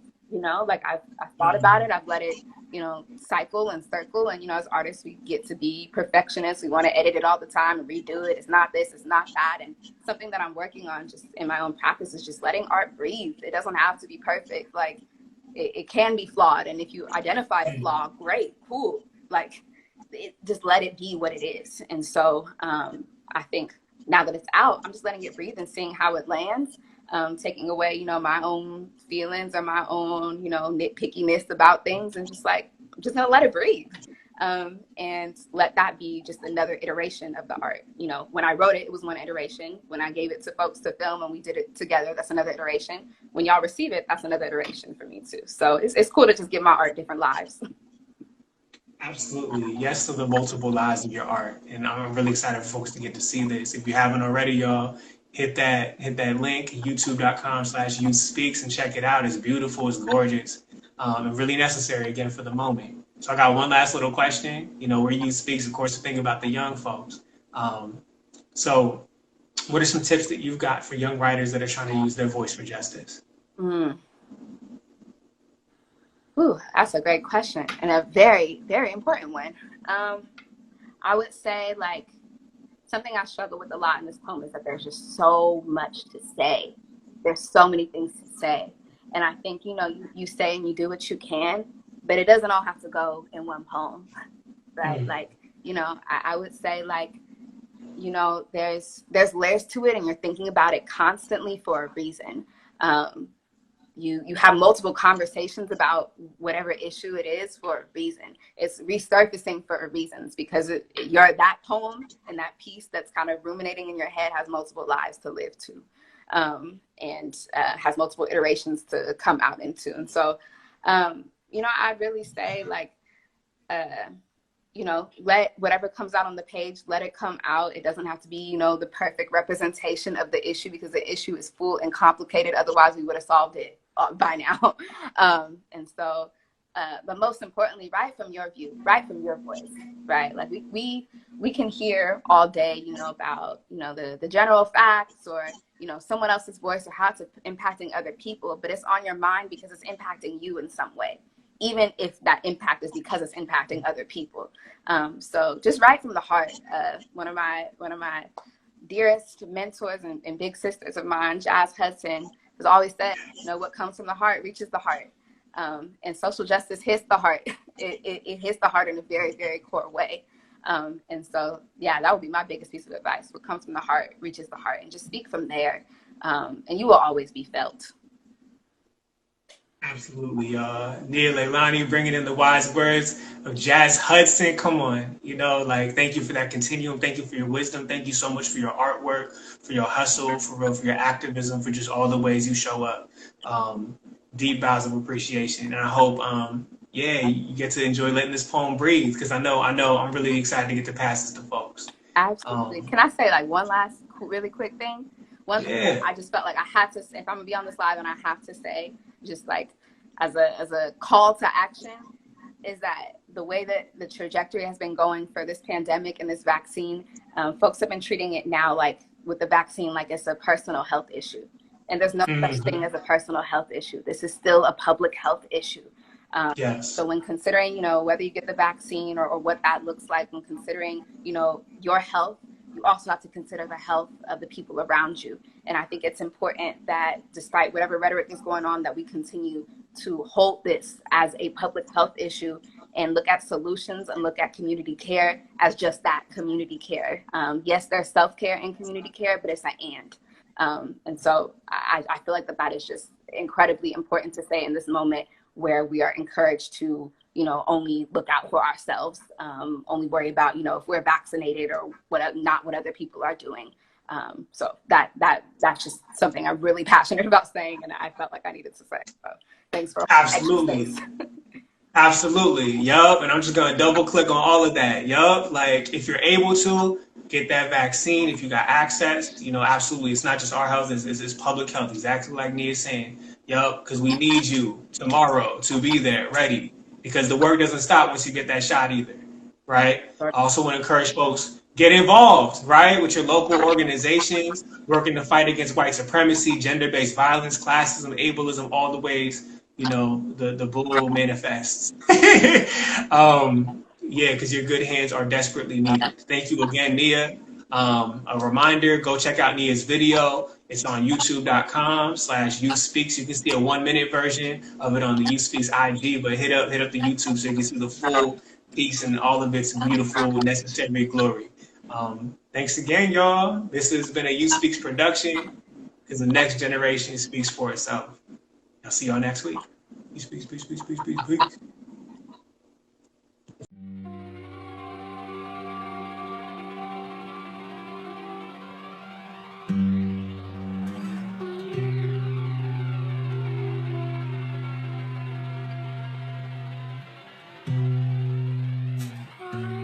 My sliding closet door slams back and forth against the wall as I contemplate what makes most sense to wear. I push past my favorite unapologetically black tees, as if they alone give my skin permission to breathe freely. Today, I'm not sorry for my complexion, just consumed with insatiable caution and distrust. The insidious evils of racism haunt me like a shadow that still exists in the dark. Maybe this is paranoia, or more like the last fingernail digging into a dying grip on this fantasy of controlling what I can't. Now slithering away again, it is 10 a.m. on an overcast Wednesday morning, 1 hour before my vaccine appointment. Even in my disjointed rush movements, it does not escape me how inaccessible this time is for most working folks. That losing this many hours in a workday could mean losing a job. Or that I made this appointment online without wondering how to pay for the internet I access. On the ride there, I hold closely the Black community experiencing poverty at 2.5 times the rate of white folks in this country, for whom this might not be possible. Roughly 30 minutes, several cities, and $21.04 later, I pull up to the site and wait in line until the white man approaches me calmly, says he will be administering my vaccine. He does not introduce himself, but I see his name at his station, Jeremy. He motions toward the chair. Have a seat. Make yourself comfortable. His voice glides gently across our shared, fractured, mask-filtered air with a soft kindness, perhaps to build a bridge between my expected nervousness and his assumed expertise. And all I could think is this man wears the skin I've never trusted to manage my health. Can't help but replay when health officials first announced new vaccine. The name Henrietta Lacks still echoes twice as loudly back. Thunderclaps Tuskegee experiment 10 times, tightening a chest already hypertension prone. Centuries of forced sterilization, false beliefs of a higher pain tolerance, still ongoing, and still shrieking silently underneath my skin as it prepares to be pierced. I know American healthcare to be one of many aliases for systems that don't live up to their name. My health, not its objective. My care, not the central priority at stake. At least American gets me through the hospital door, what does not guarantee I walk any better or wiser or at all, especially when hospitals are more likely to call security on their Black patients and visitors than their white ones. I don't know what health insurance will protect me from this literal health insecurity. This is why every medical practitioner I've ever chosen is a woman of color. Perhaps this is where medical racism's unshakable shadow is most unseen, but at least there's a higher chance that she knows the intricacies of the dark. I wonder if Jeremy knows Black women are 3 times more likely to die from COVID-19 than white men. Yet the unknown and unanswered questions I have about this vaccine make me feel equally as grim. What exactly is in that syringe? What are its long-term effects? How can I trust it when I don't trust the system it came from? How many times will I be asked to make blind decisions for my survival, for his? I could list a million reasons not to be here, yet I am anyway. They say Black and Latinx folks are getting vaccinated around half the rate of white folks in the US, even though we've had higher rates of cases and deaths. And I immediately think of a recent Saturday Night Live skit. Made a game show about Black folks' unwillingness to get vaccinated, an American cultural staple of reducing Black trauma in entertainment. I wonder how long these manufactured laughs will last until we become the new face of anti-vax. And they tell every Black person who did not get their shot that death is a bed they deserve to lay in. But get this. In the first month these vaccines were available, they went largely to communities that were least impacted. This pierces me much harder than that shot. Less than a pinch worth of pain. The silent shrieking underneath my skin does not manage to escape as Jeremy recites side effects on a timeline until I am considered safe. And he confidently states, that's it? As if the only suffering worth mentioning ends 2 weeks after my second shot. 3 million people dead and counting globally. And the US still spit back America first at India's ask for help before remembering its status as a self-appointed global superpower. Patents and vaccine holds have already set back Africa's development back up to 5 years, which is to say, racism's shadow has always been bigger than the sidewalk's tracing of my body. I got my shot to stand with the people who know this darkness like the back of their hand. And for my elders, whose belly rolls have never succumbed to an apology for their Blackness, all I want to do is hug them and tell them that they are the reason I know glory to be human. And for me, to gamble on the promise of another tomorrow and live to tell about it, even if it means a walk through the valley of the shadows.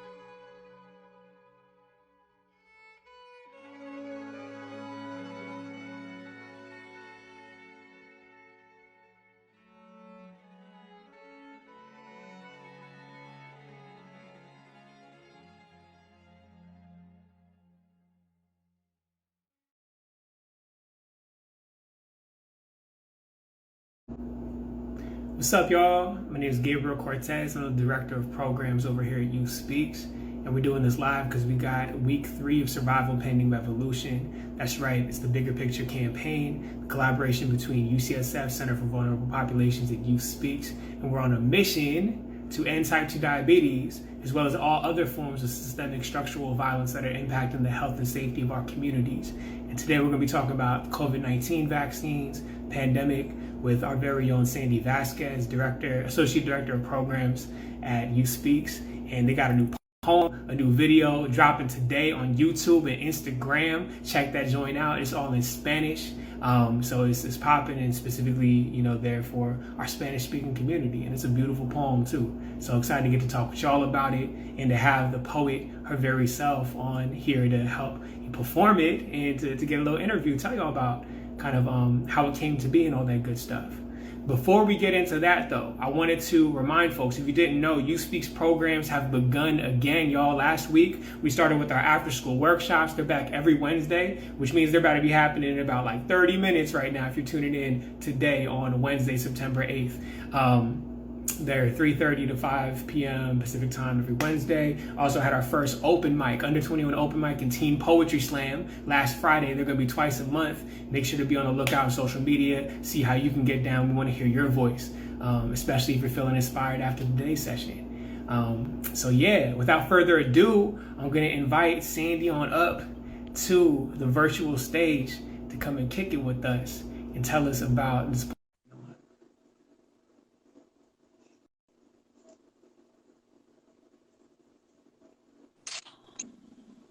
There she is. Hello, welcome. Hi, can you hear me okay? Yeah, I can hear you loud and clear. Can you hear me okay? Mm-hmm. Perfect. Yes, nice. So welcome. This is Sandy Vasquez, y'all, our very own. And as tradition kind of states, wanted to start this thing off with your poem. So could you bless us with the performance of your piece? Absolutely.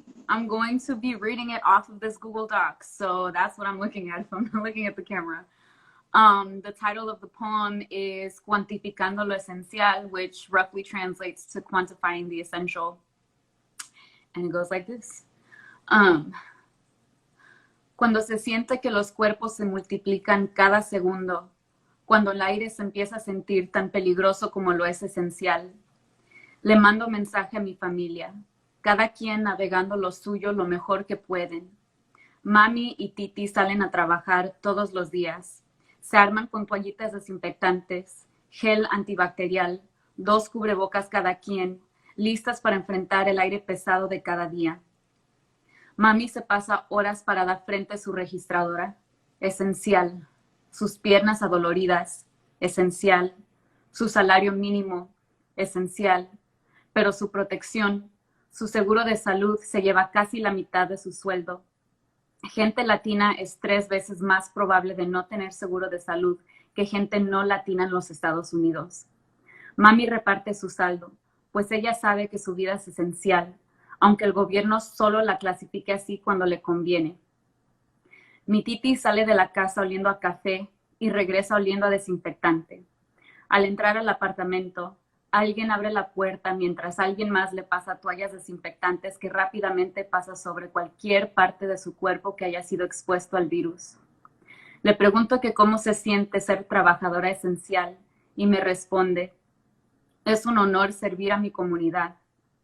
En el primer mes de distribución, el acceso a las vacunas se dio mayormente a las comunidades menos afectadas por el virus. Gente que tiene seguro, que tiene trabajo fijo sin tener que arriesgarse todos los días. Mi Titi es una de pocas personas bilingües asignadas al sitio de vacunación masivo en medio de una comunidad migrante, donde más de 1,000 personas se vacunan día por día. Titi sale a trabajar con manos abiertas, listas para atender las preguntas y ansiedades que tenga la gente que ella sirve, la gente obrera, indocumentada, inmigrante. Sabemos que la vacuna es un recurso, mas no una solución para la frontera que envuelve nuestros pulmones. La vacuna es un exhalo temporal. La vacuna es un resguardo para el momento. La vacuna nos da espacio para respirar con poquita más confianza. La vacuna es un arma, cuyo defensa nos puede servir para combatir este virus y nombrar a nuestras comunidades y familias necesarias. Y a la misma vez, la vacuna es un síntoma de un gobierno, un mundo que prefiere proteger el capitalismo, su economía, antes de proteger a su pueblo. Cuando el sistema nos deja en el olvido y el gobierno no toma las precauciones necesarias para asegurarse que la gente fronteriza, esencial, indispensable, tenga acceso a la vacuna, recuerden, nuestra gente sabe sobrevivir. Esto es un hecho. Nuestra gente sabe luchar. Cuando se siente que los cuerpos se multiplican cada segundo, cuando el aire se empieza a sentir tan peligroso como lo es esencial, pienso en mi mami, mi titi, mi familia, mi comunidad. Nosotros somos esenciales y no hay sistema, virus o gobierno que lo pueda negar. And that's my poem. Yeah, it is. Thank you, thank you, thank you, thank you, thank you. Beautiful, man. I love getting to hear this poem aloud. Thank you. So let's get into the interview if that sounds good to you. Sounds Cool. great. And just as a heads up from our folks that are joining, we want to honor this poem is in Spanish, and we're writing this piece in Spanish for specific communities that are directly impacted by COVID-19 and disproportionately impacted. So for this interview too, I'm gonna be asking the questions in English, but also Sandy's gonna be answering them in English, but also restating the question in Spanish and answering in Spanish. Yeah, so we can make sure this video is as accessible as possible. So first little question, just want to know, who are you? So who are you? How did you end up writing this poem? And more specifically, how did you arrive here in this moment from being a young poet and dancer in LA to writing poems about COVID-19 vaccines? LOL. First and foremost, hey everybody, thanks for joining. I see some friends, some homies. Thank you for sticking around. Well, my name is Sandy Vasquez. Currently, I am the Associate Director of Programs here at Youth Speaks, which means that I work very closely with Gabriel, who is our Programs Director, to make sure that all our programs are up and running smoothly and that the spaces that we facilitate are safe and are quality, you feel me, for the youth participants that we engage with. What was my journey like as a young poet, first finding their voice? I've always written. I've always been the type of person that's kept journals when I was living in Mexico. So shout out to my homies from that time who I saw join. I used to write, yes, poems, but also like short stories, and used to be in like competitions and whatever at the state level. But I didn't really get into calling myself a poet or a writer until I was an undergrad, when I went to UCLA and was part of my first poetry slam team, where I was coached by Rudy Francisco and Teresa Siangotonu. Shout out to those coaches, because they really opened my eyes to this world of spoken word and poetry and what a slam competition even is. But yes, how did I get to writing this poem? So, as Gabriel mentioned, this is going to be our first maybe bilingual interview. But because I was one of the only bilingual people, one of the only bilingual people on staff, I was asked to write this poem explicitly in Spanish, which was exciting, but also very, very nerve-wracking. And so that's how I ended up doing this. But yeah, now in Spanish. Para mi gente que nos está, que está con nosotros y que son hispanohablantes, la pregunta fue, ¿quién eres? O sea, ¿quién soy yo? ¿Y cómo terminaste escribiendo este poema? ¿Cuál fue tu jornada como una poeta joven, encontrando su voz hasta ahora, escribiendo este poema acerca del COVID-19 y las vacunas? In short, oh, thank you so much, Ingrid, I see you. So me llamo Sandy, soy una artista interdisciplinaria de Los Ángeles, California. Ahora estoy basada en Oakland. Yo siempre he escrito, siempre he tenido una libreta o un diario, pero honestamente no me empecé a considerar escritora o poeta hasta que llegué a la universidad. Cuando atendí UCLA, fui parte de un equipo de poesía competitiva, a lo que aquí en los Estados Unidos le llamamos slam. Y fue esa experiencia que me abrió los ojos al mundo de la poesía contemporánea. Actualmente soy la directora asociada de programas aquí en YouSpeaks y pues trabajo muy cercanamente con Gabriel para que nuestros programas estén bien planeados y sean espacios seguros y de calidad para los jóvenes que atienden nuestra programación. Como era la única persona en el equipo bilingüe, Gabriel, oh my God, we refer to each other in Spanish now. Pero me pidió que escribiera este poema completamente en español como parte de esta campaña y pues así terminé escribiendo este poema acerca del COVID. And that was first question. That's one question down. What? Now back into English. We're going to be going back and forth. Absolutely. Thank you for that. So next question. We know this campaign is called Survival Pending Revolution, and it's inspired by the Black Panthers, specific phrase by Huey P. Newton and how he was describing what the community health clinics were doing and like what the free breakfast programs were doing. So a question for you is, what does survival pending revolution mean to you?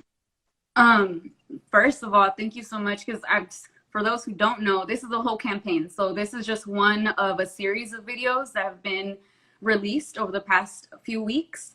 And shout out to Gabriel, honestly, for bringing in the Black Panthers as part of this campaign, because I think the thing that often gets missed when we're talking, hi Dan, when we're talking about COVID and the push for vaccines that we see a lot in common discourse is space for nuance. And that's really what survival pending revolution means to me. We know that we're living in a society where there are countless systems that disproportionately affect folks with less resources, poor communities, working class folks, undocumented folks, immigrant folks, Black folks, brown folks, people who just are not part of the quote unquote like dominant narrative, right? So often when we're talking about what it looks like to survive these systems, to survive this kind of world that we've inherited, it means almost like survival is the right now, revolution is the goal. But until we get there, and until we as a community, as a global community of people who are in the fight for justice long term, until we get all of the resources that we need, then we're focused on surviving. And surviving means making room for joy. Surviving means making sure you're eating, making sure you're resting, making sure you have a community of people who have your back as we all collectively fight these like systems of oppression that unjustly and disproportionately affect our people. Also, shout out to my little sister who just joined. It's her birthday today. If y'all want to sing happy birthday, Sophia, in the comments, that'd be cool. I'll sing it with you. Let's go. Happy birthday, little sis. Happy birthday. Shout out to Felix. Shout out to everybody who's joined. But okay, this is a bilingual interview, so now I will ask myself the question in Spanish. ¿Qué significa la frase supervivencia pendiente revolución para ti? So, esta frase, para contextualizarla en español, supervivencia pendiente revolución, es una frase que viene de parte de Huey P. Newton, quien fue el fundador de una organización muy importante aquí en la área de la Bahía que se llama The Black Panthers. Y este es el enfoque, bueno, de esta campaña, la supervivencia pendiente revolución. Y para mí eso significa entender y crear espacio para matizar las conversaciones que critiquen y analicen las condiciones que nos han tocado vivir. El contexto aquí en los Estados Unidos tal vez es muy diferente que en muchos otros países, pues no es un secreto que nosotros como país somos en grande parte responsables para las condiciones disque tercermundistas que otros países han tenido que navegar, ¿no? Aún así, en este mismo país fácilmente se puede criticar los sistemas imperfectos que desproporcionadamente afectan a comunidades de bajos recursos, comunidades de color, comunidades inmigrantes, trabajadores, etcétera, etcétera. Para mí, el hecho de sobrevivir es un acto de resistencia. Revolución es la meta, pero mientras tanto el objetivo es sobrevivir con las ánimas, las ganas, el amor y nuestros valores intactos. And that's that. Yo, y'all don't even know. We got Sandy over here doing double work. We need to snap it up wherever you're at, just for the respect. Like, and yeah, I can only imagine, answering these questions in the English and Spanish, and Yes, cheeks. We're gonna give it all the love to these cheeks. You ready for the next question? Okay, here we go. So who do you write for? And who are you thinking of when you were writing this poem and why?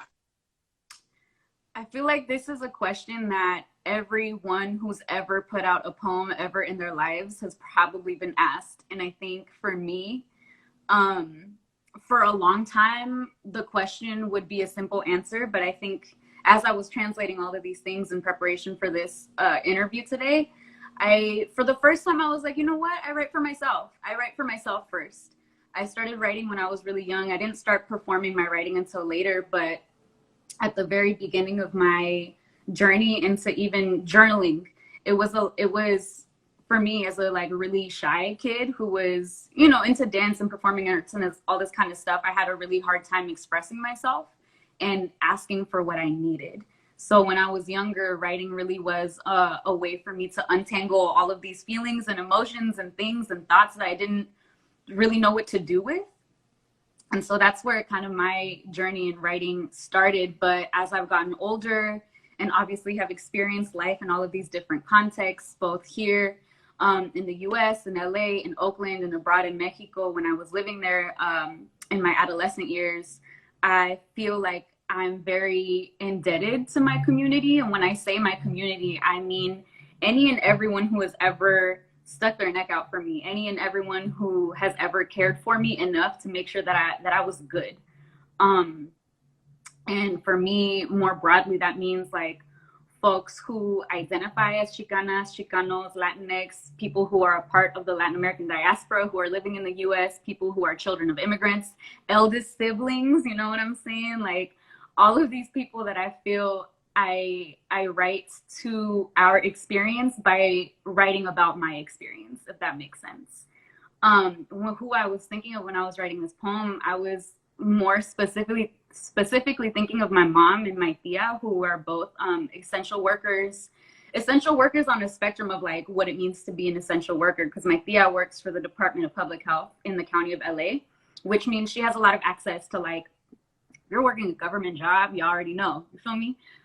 Whereas on the other hand, my mom is she's a key holder at like one of the 99-cent store chain stores, and it's like those two definitions of what it means to be an essential worker can be very different, but at the same time they both had to navigate what safety meant and like redefine what safety meant, both for themselves personally and for everybody they came into contact with, whether that was clients, customers, our own family. They share a 1-bedroom apartment with my little sister, whose birthday it is, who when the pandemic started wasn't eligible for a vaccine. So they really had to think about how they were navigating the outside world because she was at home and had no other like safety net. It was really on all the adults around her to be thoughtful enough to figure out how to navigate their day-to-day to make sure that she was safe, whether or not she left the house, which she doesn't do often until like now that school's back in session.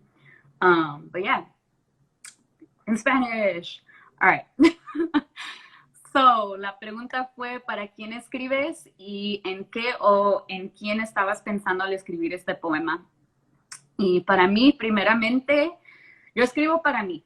Al principio empecé a escribir para desenredar mis pensamientos y los sentimientos que no entendía en mi juventud, pero ahora que ya tengo más experiencia viviendo y pues he tenido el gran privilegio de trabajar y de disfrutar de una carrera en las artes, me siento pues endeudada a mi comunidad, tanto endeudada a mi familia como la gente que me ha apoyado en Los Ángeles, acá en Oakland. Siento que cualquier cosa que escribo y comparto es para ellos también.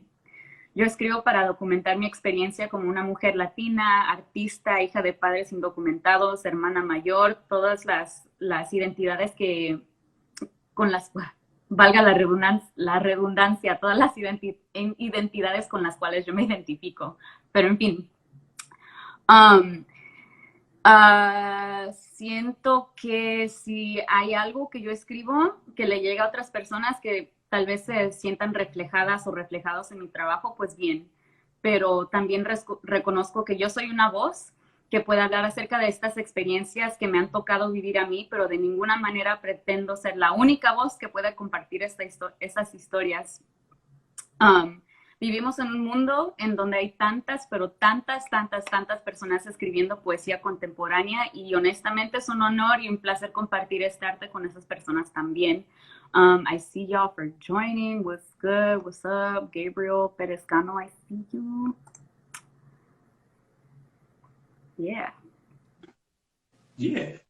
Yes. Welcome, y'all. If you are trickling into this chat live, if you're tuning into this thing later and you just happen to press play and you're in the middle of this video, welcome. Just as a reminder, we're doing an interview with our very own Sandy Vasquez, our Associate Director of Programs, and she's telling us about this new poem that's out in the world for the Bigger Picture Projects Campaign Survival Pending Revolution. And so on that tip, let's talk about, COVID-19 vaccines a little bit. So this is a part of a whole campaign that's working to combat some narratives out there in the world about health, about our peoples, about vaccines, about safety, and about those negotiations that you were even naming that family, is constantly dealing with, similar to what Damani's poem last week was talking about from their direct experience as an essential worker. So the question for you is, what's the story that this poem is hoping to challenge with regards to COVID-19 vaccines? Mm-hmm. Yeah, I think that's a really interesting and necessary question. And honestly, the first thing that comes to mind was the interview with Dean, who was a doctor that joined last week, and something who has also been a really key part in even getting this campaign off the ground and imagining what this could look like. But something he said really stuck out to me last week. And what he said was like, the goal, and I'm paraphrasing, but the goal isn't necessarily to challenge people and to kind of like force people and be all gung-ho and be like, yes, vaccines now, everybody get your vaccine. Like, of course, if people feel called to do that, then great. But something he said about honestly just opening up the conversation and asking questions. If folks are hesitant about getting a vaccine, asking why, to hopefully lean into what I said earlier, more nuanced conversations, because more often than not, our fear comes from real places, whether or not they're founded in fact or they're founded in personal experience. But I think holding space for that fear and that kind of conversation, but also doing, so instead of like doing this, and coming through with palms out, palms open, ready to hold, which is, wow, I just was a line in the poem, didn't mean to do that, but really the act of like being ready to hold people's fears and anxieties about what this looks like, because the goal isn't to, be on this like holier than thou pedestal and be like, well, I'm vaccinated because I care about blah, blah, blah. It's like, all right, being upfront and being honest and genuine about my own reason for getting vaccinated and why I chose to even entertain this campaign, you know what I'm saying? But in short, my poem I didn't write it with the thought of like, this poem is going to make everyone want to get vaccinated more. So I'm like, look, I'm documenting that my own family who were essential workers had to learn how to navigate because of the pandemic. If anything, my poem is a testimony, and it's a narration from a bystander, as somebody who had the privilege of working from home and still do. This was something that I didn't have to contend with. However, people very close to me that I love and care about had to, and that was enough for me to want to pay attention. And now in Spanish. Okay. Que intenta retar o desafiar este poema conforme la conversación acerca del COVID-19 y las vacunas. En corto, este poema no pretende retar a la gente ni a sus decisiones individuales conforme va la vacuna. Más que nada, este poema sirve para documentar el proceso cotidiano que tuvo que navegar mi familia, gente con muchos privilegios que también se clasifican como trabajadores esenciales durante la pandemia. Este poema intenta proveer perspectiva. Quise honrar el trabajo de mi mami, de mi tía, al documentar todo lo que ellas tienen que hacer para asegurarse de que cuando ellas vayan a trabajar, tanto sus clientes o compañeros de trabajo como su familia estén seguros y en buena salud. al tener que salir a trabajar, ellas se ponen en riesgo y ponen en riesgo a cualquier persona con la que tengan contacto, y eso no es culpa de ellas, sino es nuestra realidad durante esta pandemia.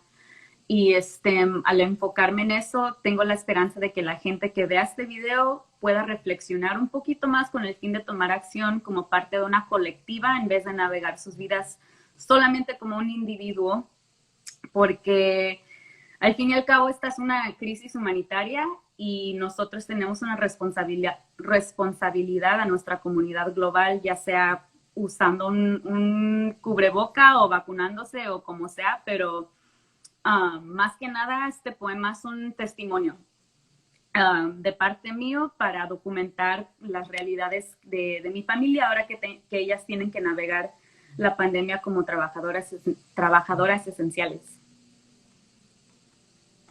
Yes, yes. Thank you, thank you, thank you. So I got a couple more questions for you. Then we'll be on out of here. Thank you if folks have been rocking with us for the whole interview, and for folks that are just tuning in, welcome. So yeah, you got a beautiful and really necessary video.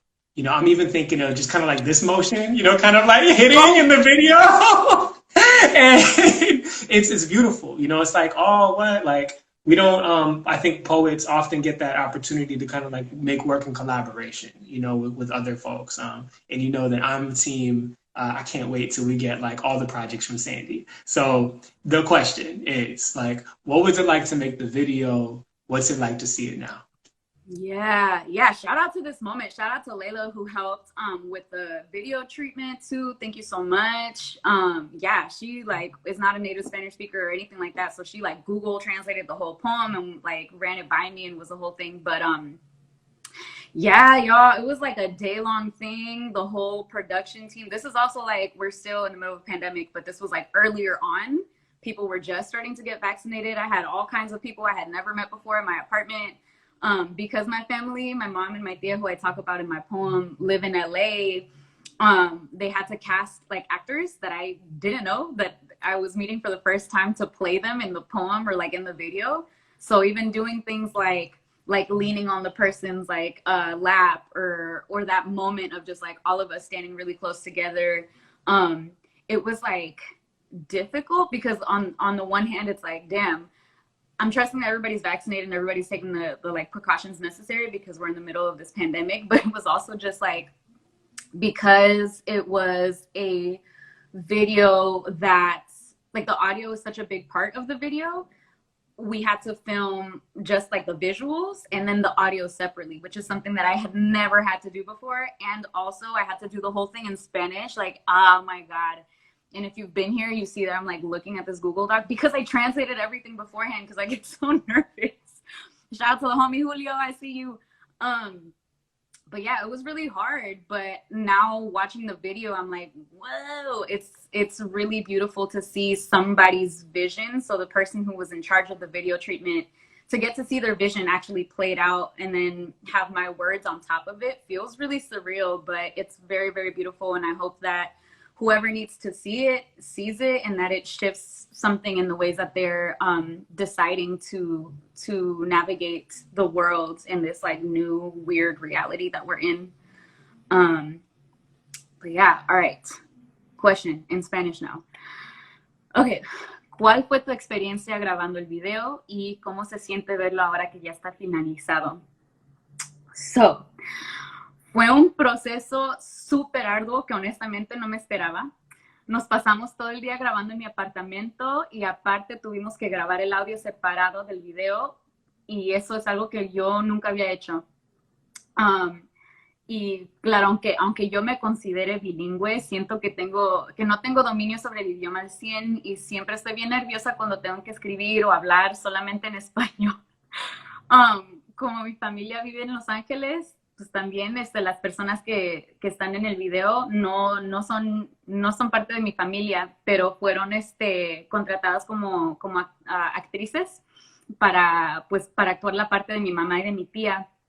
Entonces, ese día que grabamos fue el primer día que las conocí. Y estar tan cerca y tener que andar así de encimosa con gente extraña. Bueno, Durante la pandemia también fue un desafío, pero el video salió súper bonito y espero que sirva la causa de la campaña. That's it. Yeah, y'all, we had folks up in Sandy's house, like, you know, for the doing the good work, you know. So thank you again for that. I got one more question for you, then we'll be out. So last question is, do you have any tips for young writers that are trying to use their voice to make a more just and liberatory world? This is such a beautiful question. I'm like, shoot, young writers? I consider myself a young writer in a lot of ways because I feel like there's just always so much to learn. Not young because I'm like, oh my God, I'm young. Like, nah, I'm getting old of y'all, which is fine. And I talk about it all the time. But I think first and foremost, any tips, it's like, for me, honestly, understanding what your role is and what your story is to tell. Like I said earlier, I don't pretend to be the only person who can speak to my experience. I'm speaking to my unique experience that I've had to live over the course of my life, but I'm not the only Latinx writer. I'm not the only like Chicana writer. I'm not the only person speaking as a daughter of immigrants or anything like that. That we're living in a moment where we are so lucky to have so many contemporary poets that are speaking to these experiences. And while that contributes to kind of like the richness of the tapestry of like contemporary poetry right now in this moment, at the same time, there's just so much value in understanding what your role is in the movement and what your personal story is. Like, if you're writing to this general topic, that's great. But I think something that, and Gabriel and I were talking about this not so long ago, with regards to like some of the young people that we work with, where it's like, oh, it's so easy to write that, oh, I'm standing on this soapbox and this is the plight of my people poem. And it's like, those are great. There's always room for those poems. And also those poems, we can Google the stats. We can read the history books. We can read up on what Huey P. Newton has been doing or like did in his time with the Black Panthers and all these things. I want to hear about what your personal experience is within the context of this poem, because nobody can tell that story the way that you can tell that story. And that's where I think that's where the secret sauce is at, where it's like, cool, we can talk about, for example, me as somebody who identifies as Chicana, I'm like, cool, the Corky Gonzalez, I Am Joaquin poem, that's an epic poem. It exists already out in the world. But what is my poem? What do I have to contribute after 1970 or whatever time it was written? Like, what am I then adding to the after the ellipsis of that poem then? Because yeah, I'm like, at the end of the day, we each have our own singular voice, right? But when we team up to figure out what the collective voice is saying, then the fight for justice feels a lot more tangible and a lot less alone. Yeah, I think that's what I'm gonna say. Cool, I'm gonna answer it one more time. So, la pregunta fue si tengo algún consejo para escritores o escritoras jóvenes que quieren usar su voz para promover la justicia. Y para responder dije que creo que el único consejo que tengo es que cada quien haga el trabajo de entender su propio rol en la lucha hacia la justicia. Como dije anteriormente, pues cada quien tiene su propia historia, pero de ninguna manera somos las únicas voces dignas de un escenario o de una publicación o de un micrófono o lo que sea. Cada quien es una voz dentro de la colectiva y cuando nos juntamos, las ganas se multiplican y la lucha se hace aún más fuerte. So, en corto, que nunca piensen que están solos o que están solas, porque siempre habrá alguien dispuesto a escucharlos y a unirse a su causa. Cuando nos juntamos, la lucha sigue. Anyways, that's what I said. Yeah, y'all, we need to snap it up one more time wherever you're at for Sandy Vasquez, our incredible poet. You know, and it's just so nice she had to say them twice. Come on, English and Spanish, whatever you want it. Thank you for all this wisdom, you know, for all the labor you put into this poem.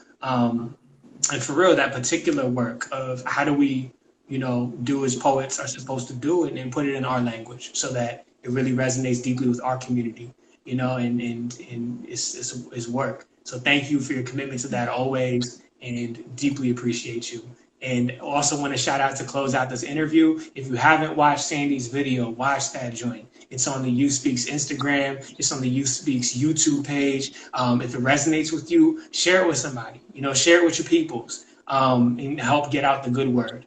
As a reminder, we're trying to encourage folks, get that vaccine if you're able to. I know not everyone's able to, especially in a global context, not everybody is able to, especially in an immunocompromised context, not everyone is able to. But if you are able to, definitely encouraging you. We know that, especially with the Delta variant going around, it keeps folks out of hospitals, y'all. And let's keep each other safe. And also, if you got questions, hit up your doctor. Hit us up. We'll connect you with some folks to give you some dope, just folks to chop it up with. We're here for that. And also want to affirm, this is bigger picture project, survival pending revolution, because we know that it's not the conversation about our health and safety can't stop at vaccines, right? It can't stop at the shot, right? If our folks are still getting shot, if our folks are still being impacted by climate change, police violence, capitalism, colonialism, we need to get at the root of the issue. And we need all of our peoples there to be there for when it goes down, right? And so, yes. And a last little reminder, too, if you are 21 and under, hit up our program. Stop fronting. We want to write the next poem with you. Come through to our after-school workshops every Wednesday. They're free. You should be there, open to everyone that's 13 and 19 years old, and our under 21 open mics twice a month with the Teen Poetry Slam is popping. There's no reason for you to be a stranger. Come on through. And if you're an old head, if you're a grown person, you're like, I'm trying to support the cause too, Gabe. Where do I go? How do I sign up? Hit up bit.ly/old speaks. We got a space for you too. Help us with the judging. We got workshops for y'all that are trying to get down, bringing this work to your schools. But if you're a young person, bit.ly/register for YS22. Hit up the You Speaks channels and you'll find it. But thank you again, Sandy. We appreciate you. Any last words for the people? No, just please come. Please come to our things. The links are in the comments. bit.ly/register for YS22 if you're a youth. bit.ly/old speaks if you're an old like me. That's right. All right, y'all. Bigger Picture Project, Survival Pending Revolution, Gabriel Cortez, Sandy Vasquez, we out. Peace. Now, how you turn this thing off? Oh my God.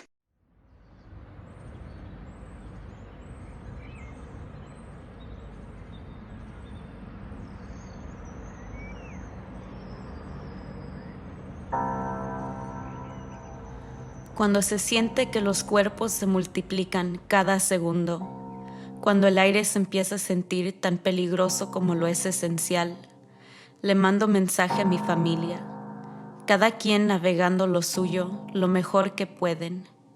Mami y Titi salen a trabajar todos los días, se arman con toallitas desinfectantes, gel antibacterial, 2 cubrebocas cada quien, listas para enfrentar el aire pesado de cada día. Mami se pasa horas parada frente a su registradora, esencial. Sus piernas adoloridas, esencial. Su salario mínimo, esencial. Pero su protección, su seguro de salud, se lleva casi la mitad de su sueldo. Gente latina es 3 veces más probable de no tener seguro de salud que gente no latina en los Estados Unidos. Mami reparte su saldo, pues ella sabe que su vida es esencial, aunque el gobierno solo la clasifique así cuando le conviene. Still going out to the grocery store to get food, walking their dogs, practicing social distancing. People still going about doing the kind of essential work that is required to meet this moment. Titi sale de la casa oliendo a café y regresa oliendo a desinfectante.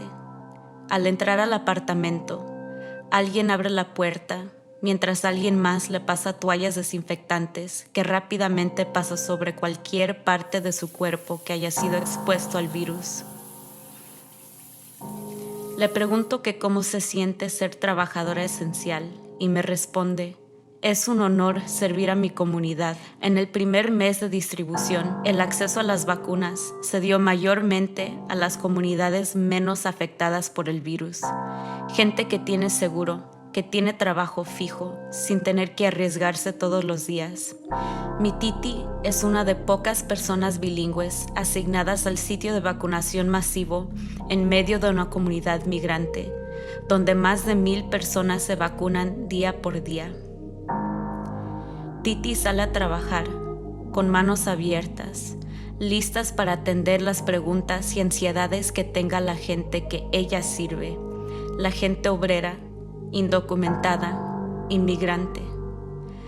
Sabemos que la vacuna es un recurso, mas no una solución para la frontera que envuelve nuestros pulmones. La vacuna es un exhalo temporal. La vacuna es un resguardo para el momento. La vacuna nos da espacio para respirar con poquita más confianza. La vacuna es un arma cuya defensa nos puede servir para combatir este virus y nombrar nuestras familias y comunidades necesarias. Y a la misma vez, la vacuna es un síntoma de un gobierno, un mundo que prefiere proteger el capitalismo, su economía, antes de proteger a su pueblo. Cuando el sistema nos deja en el olvido y el gobierno no toma las precauciones necesarias para asegurarse que la gente fronteriza, esencial, indispensable, tenga acceso a la vacuna. Recuerden, nuestra gente sabe sobrevivir. Esto es un hecho. Nuestra gente sabe luchar. Cuando se siente que los cuerpos se multiplican cada segundo, cuando el aire se empieza a sentir tan peligroso como lo es esencial, pienso en mi mami, mi titi, mi familia, mi comunidad. Nosotros somos esenciales y no hay sistema, virus o gobierno que lo pueda negar.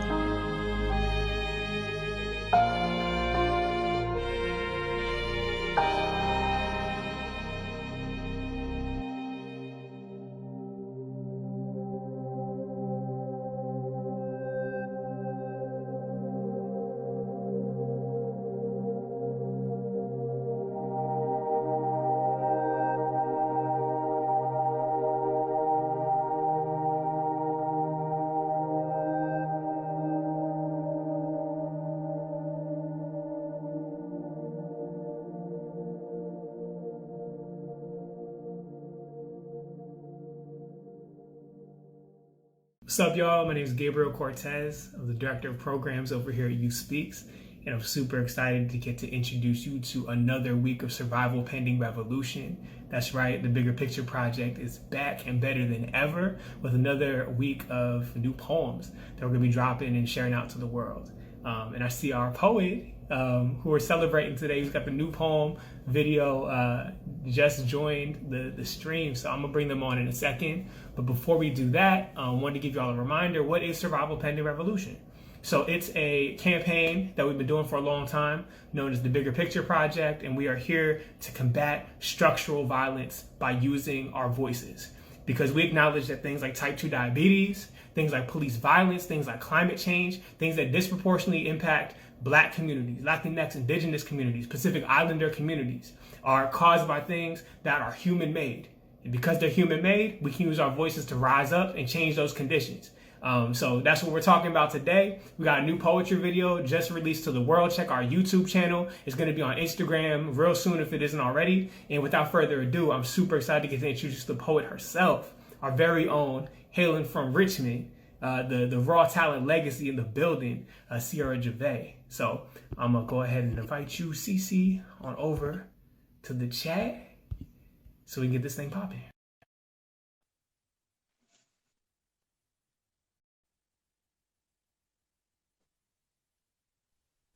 Hello.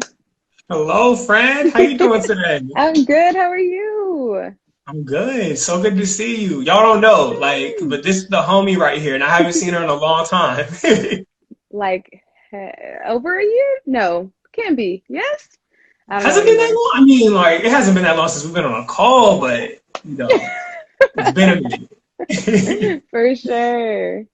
Yeah. Well, thank you so much for joining us today, taking a little bit of time out the busy day um, to do this little interview. But before we hop into the interview, wanted to first clear the way for you to bless us with this poem. So without further ado, please take it away. Yes. This poem has meant so much to me in just being able to have these really dope conversations. So I'm really excited to share with y'all. I'm taking it back. Okay, I got the paper in hand. We're ready. I feel like being in quarantine has just made me appreciate like getting to just be close with my paper, right? And feel the words in a different way. So I really hope y'all feel this piece. Unofficial instructions for getting a COVID-19 vaccine for Black girls like me. Step 1, if you are the praying type, now is the time. Instead of palms pressed together, rest one on heart, the other on womb. Sacred spaces deserve protection. Step 2, what they will not say is, it's ironic how Black women are often forced to trust the same systems created out of our bones, our blood cells to keep the rest of the world alive. And they will not apologize, nor honor this complexity. Instead, they will congratulate you as if you've outran the virus. They will not see all of our community who may never be so lucky to even contemplate yes or no, and maybe they will mean well. But it does not erase the memory of our aunties who did not survive. And yet we are left with GoFundMe's and buried caskets, always wondering who it will outlast next.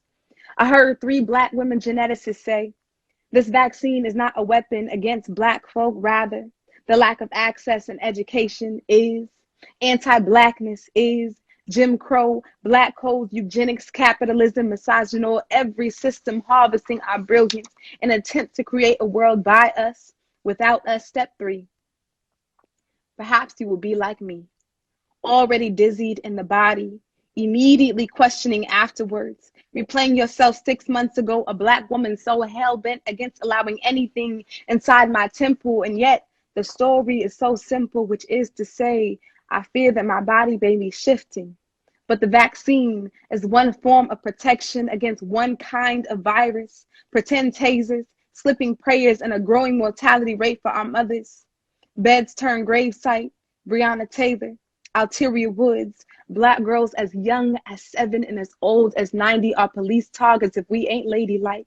If our sass is sitting at the tip of tongue in self-defense, if we hear an abrupt knock and go to open the door, if we are sleeping, if we are celebrating, if we are driving our cars, if we are texting in class, if we are worshiping, if we are calling for help, if our car breaks down after sundown, if we are in the wrong place at the wrong time, if we love the wrong person, if we are protecting our sons, if we fail to signal, if we fail to bow down, if we are defending ourselves, our womb, our children, our forced bystanders or worse, added bodies to the grave, witness to their own eulogizing. And so there is no question why we don't trust the vaccine, but we are a growing target of this deadly virus. Black women are 3 times more likely to die from COVID-19 than white men.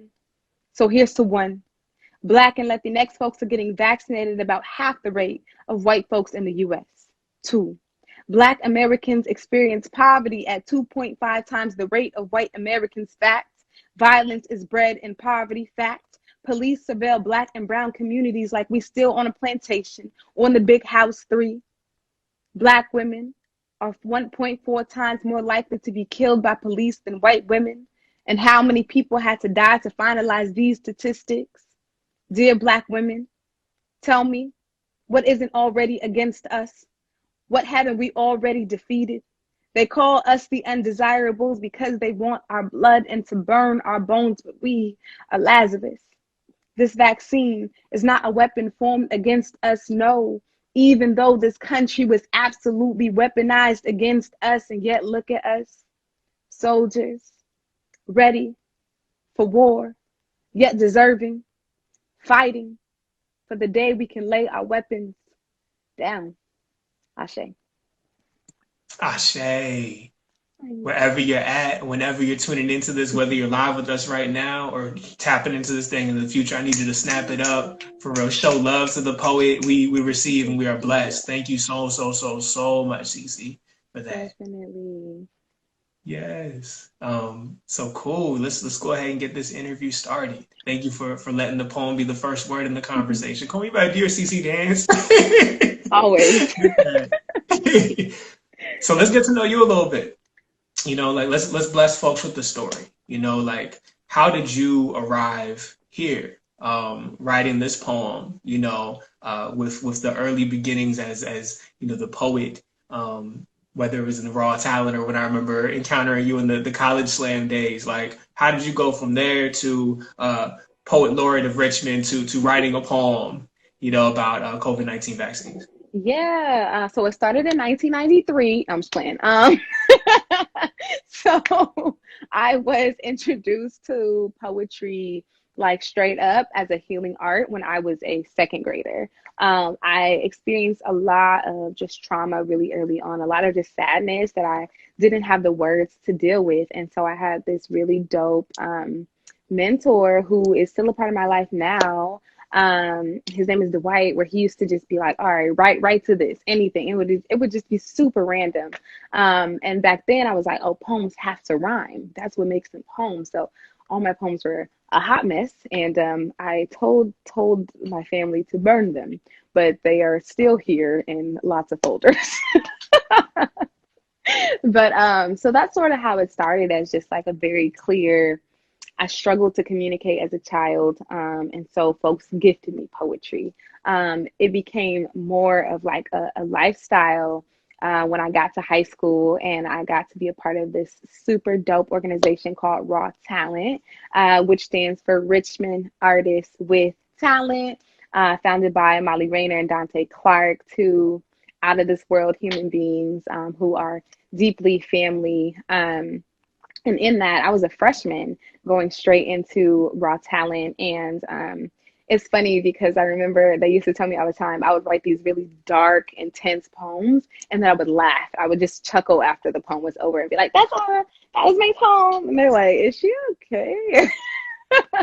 But it was literally my way of balancing of like, I have to constantly code switch, right? Like I was not allowed to be my emotional self outside of a poem. And so finding poetry really allowed me to be like, oh, I'm human. I have all of these complex feelings. And people are seeing and hearing me for the first time. And so through Raw Talent, just sort of growing and continuing to, like learn how to use the pen, learn how to use my words. I got to move into slam culture as a college student at UC Santa Cruz. I was on 3 different slam teams, and it was the first time in the world where I was like, oh, wow, poetry is its own universe. Like, first time going to a poetry gathering and seeing hundreds of people, right? And I think for somebody growing up in Richmond and, where art was just not, I wasn't deeply exposed to it until high school, college. I was like, there are people from all over the world in this room. What? So my first competition was in New York, and I met folks from Hawaii. You know what I'm saying? And I was like, word. And I was like, hold up, you mean to tell me I could do poems and the school is going to pay for me to go to different states?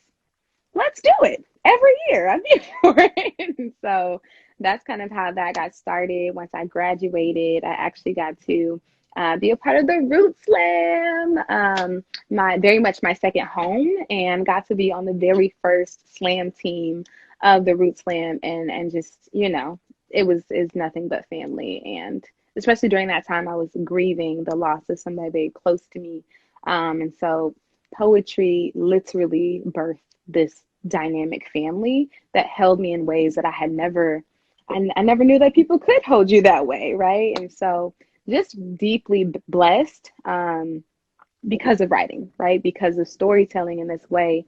And more specifically, this project, just getting to be a part of this workshop series where we're talking about the complexity of this vaccine, right? Like we have been, in quarantined for, I don't even know, because what month is it, right? I feel like all of us have experienced, like, what year is it? Are we still in 2020? Or, I think the beauty of being in a space like that, that's so diverse in the way that folks are understanding and interacting, is being able to have these super blunt, difficult conversations, right? This is not a, here's a vaccine and it's 1,000% perfect, so everybody needs to do it.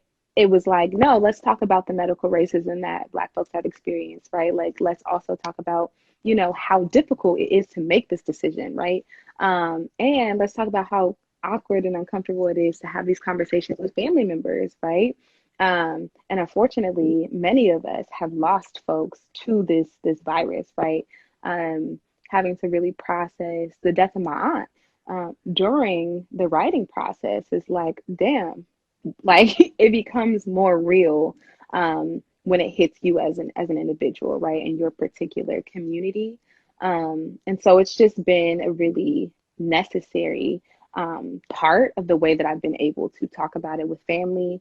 And more importantly for me, talking about it with my young folks, right? I get to teach high school students poetry, and we talk about how complicated this vaccine is, and also how necessary it has been for folks to be able to continue moving through life and keeping the safety and the health of elders, of parents, of young people, and the entire community.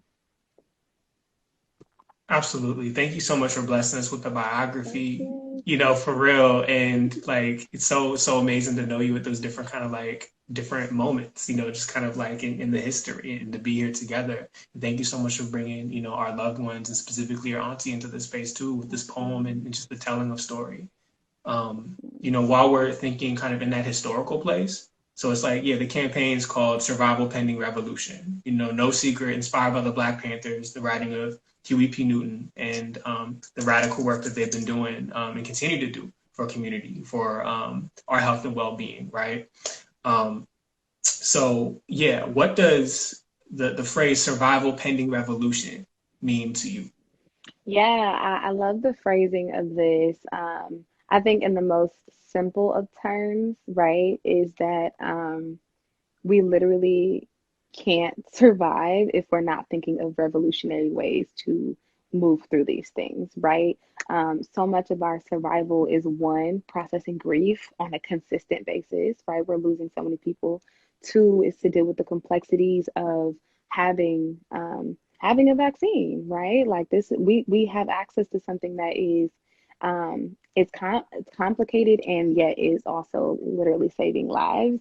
Um, and so when I'm thinking about this idea of being revolutionary, it's not just this like magical rainbow thing, but it's just like it's difficult, it's painful, and it's necessary. And so I think, Black Panthers are such a huge example in this work because they had to make a lot of difficult decisions, right? But their decisions were always based on how do we move the community forward? How do we care and tend to the needs of our community, even though we are literally up against the FBI, right? And I think that as Black folks and folks of color, that's our existence. It's like, how do we continue to move even though we live in a world that is literally hell bent against our existence, right? Like, how do we keep moving when we are up against police brutality?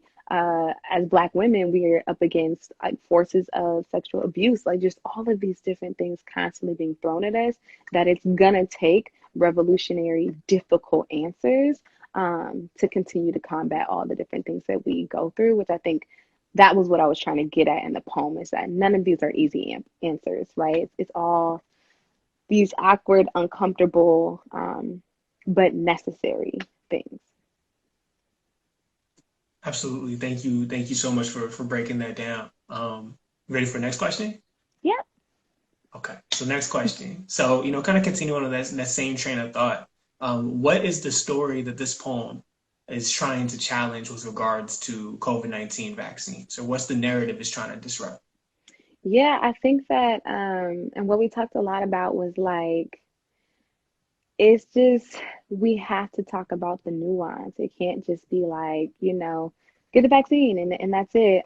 Right. Especially like the poem is directly for Black women, right? And I thought I needed to be incredibly intentional about that, because I think Black women have been, without trying to say like who has it worse, better, but like when it comes to medical racism, Black women have been under attack forever. When we start to look at the history of Planned Parenthood, I will go on a tangent, so I'm not going to do that. But when you look at the history of Planned Parenthood, a simple note is like it was founded by a woman named Margaret Sanger, who created it so that Black women could be sterilized, right? Like Black women would not produce babies anymore.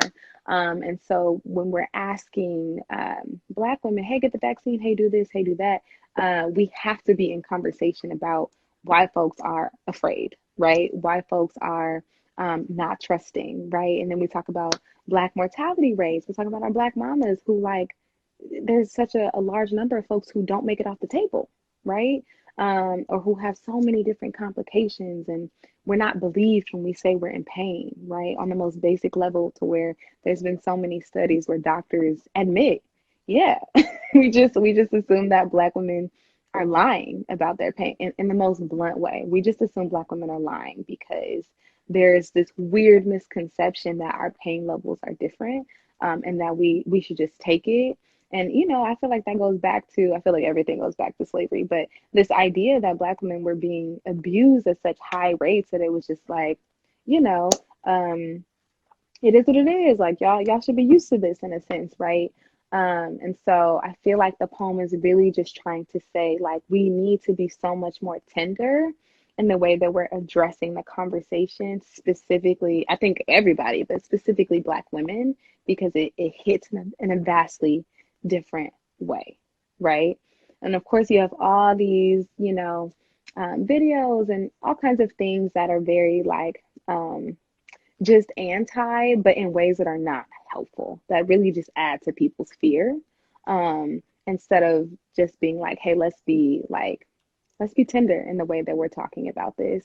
And let's also talk about like the facts, right? Like this is something that is unfortunately disproportionately affecting people that look like me, right? So again, we're already up against, white supremacy and, you know what I'm saying? Like misogynoir, all of these things that I mentioned in the poem. And we deserve tenderness as we're trying to come up with these ways of surviving. Beautiful. Yes, tenderness. And yes, for real, specifically, yeah, specifically naming and speaking to and about the experiences of Black women, in this moment and historically, for real. And thank you for reminding us of the root and bringing us back to the root of all of that. Kind of speaking of tenderness, I'm curious, like what was it like in the experience of making this video? Collaborating with that squad. Shout out to Yo and the team. But what was Yes. that like for you? Honestly, it was very much, it was a dream. It was a dream because even when they like, I was like profusely cleaning my little studio apartment, like, oh my God, people are gonna be here. This is crazy. Um, but as soon as I got to meet the squad, they pulled up at the house. I was like, oh, I'm kicking it with the homies. Like, I know that this is gonna be.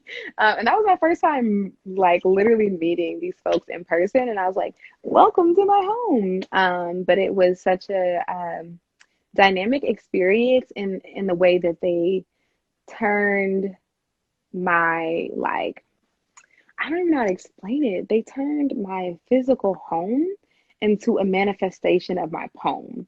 And so it's quite a connection to have written something, that one comes out of conversation into my mind onto the page. And for them to like manifest it into a place that I sleep in every day was just, I don't even have a word for it. It was just so crazy. Like there's a scene in the video where it's shot in my bathroom, and y'all, studios are small. Okay, so imagine the bathroom is very teeny, and yet they put a projector in there, and I like the entire time my mind was blown at the level of creativity and artistry from the entire squad, to really bring this vision to life. And we had an altar, and so it was just such a beautiful way to honor women that I had read about, right? And then also women who've been a part of my life. And one most notably is this beautiful, amazing Black woman who passed away this past January, Marissa Snoddy, a huge part of my life and the Rise family. But getting to honor her in that moment and just, like there's something about bringing recent ancestors into this project that just made me feel grounded and centered and on purpose. Like that's the best way to put it. Like that experience made me feel deeply on purpose. Yeah, absolutely. Thank you for reminding us. Like, yeah, the poem, the video does become an altar, in that way. And for real, like, what was the name of that person, the recent ancestor? Marissa Snoddy. Marissa Snoddy? Thank you so much for bringing Marissa into the space, and so generously, inviting other artists to be part of, like how do we honor them too, It's so interesting making these videos, and I know something that's come up a lot in these interviews is like, oh, you're suddenly not alone. And especially, like thank you for the generosity of inviting folks into your literal home in a pandemic. Like what? I haven't even gotten to go to your place yet. Like, That's very true. But no, that's beautiful. I got one more question if that's cool. Yeah. Okay. So yeah, hopefully if we're doing this right, we got some young folks that are tuning in. Hopefully folks are seeing the videos and it's like, of course, like we're getting vaccinated if we're able to. We're having dope conversations, necessary conversations about health, with our family and communities. We're joining the movements, for liberation and justice. And hopefully we got some young folks, maybe even some older folks, that are asking like, yo, how do I do that with my voice? Like what's the alchemy? What's the pro tips? So Cece, what advice do you have for young writers that are trying to speak their truth and write towards a more liberatory world? Definitely. Well, first shout out to all the folks who are tuning in. I see my brother, I see my cousin. Hey y'all. And Queen Naya, hey girl. But one I was gonna say, I feel like this answer is sort of cheating because I have the pleasure and the honor of actually getting to work with young folks all across Richmond, right? So my first answer to this question is like find your community, whether it's virtual, or if you have the opportunity to be in person, or if you feel like you're the person that can bring folks together, like get a group of your peers or whoever makes the most sense. But I think writing about these topics, it just helps so much to have community, right? And if you don't know how to find the community, like reach out to Gabe, reach out to me. Like all of us are so resourceful in terms of like finding those spaces because they're super helpful. But the other thing for me, because I'm really big on like, oh my gosh, like editing is stressful. Just write. It doesn't have to be a poem when you're first writing these things out, right? So whether that is journaling, whether that's bullet points of this is just how I'm feeling right now, or this is what's happening in the world. California, stay on fire. Politics always popping off. People are doing the most, right? And then I got family things. And so sometimes it's nice to just have those things laid out. And then utilize Google, y'all, Google prompts. And then again, reach out to resources. Gabe, myself, the whole squad has prompts on prompts on prompts all the time, just to help y'all get sort of just flowing. And if you can, like, build a ritual around it. That's been the biggest safe haven for me is like when I'm writing and I'm able to create and cultivate my space. I got candles everywhere because I'm obsessed. I love candles. So, if anybody wants to, just kidding. But like I have candles, I have, a cup of tea. I make sure that my desk is cleared off, right? Like I have natural lighting. Like if there are certain things that just put you in a certain mindset. Some folks are like, I have to meditate 10 minutes before I can write anything just to get myself centered. And so really figuring out what your writing ritual is. And then some people are like, nope, I just got to go straight into writing. And like, that's also super dope. And don't compare, right? Don't compare yourself to other writers. Because let me tell y'all, if any of y'all know Dante Clark, that was my mentor, right? And I was like, I can't write like that. Like I cannot. I'm not Dante. I can't write like that, right? But my work is still powerful. My work is still valuable. And Dante will tell you like you be coming up with poems in 10 minutes. It take me like 5 days to write with that one poem, right? And so recognize that we all are going to have strengths in different parts of this writing journey, and that it's a journey, right? There's no end goal, so keep doing it.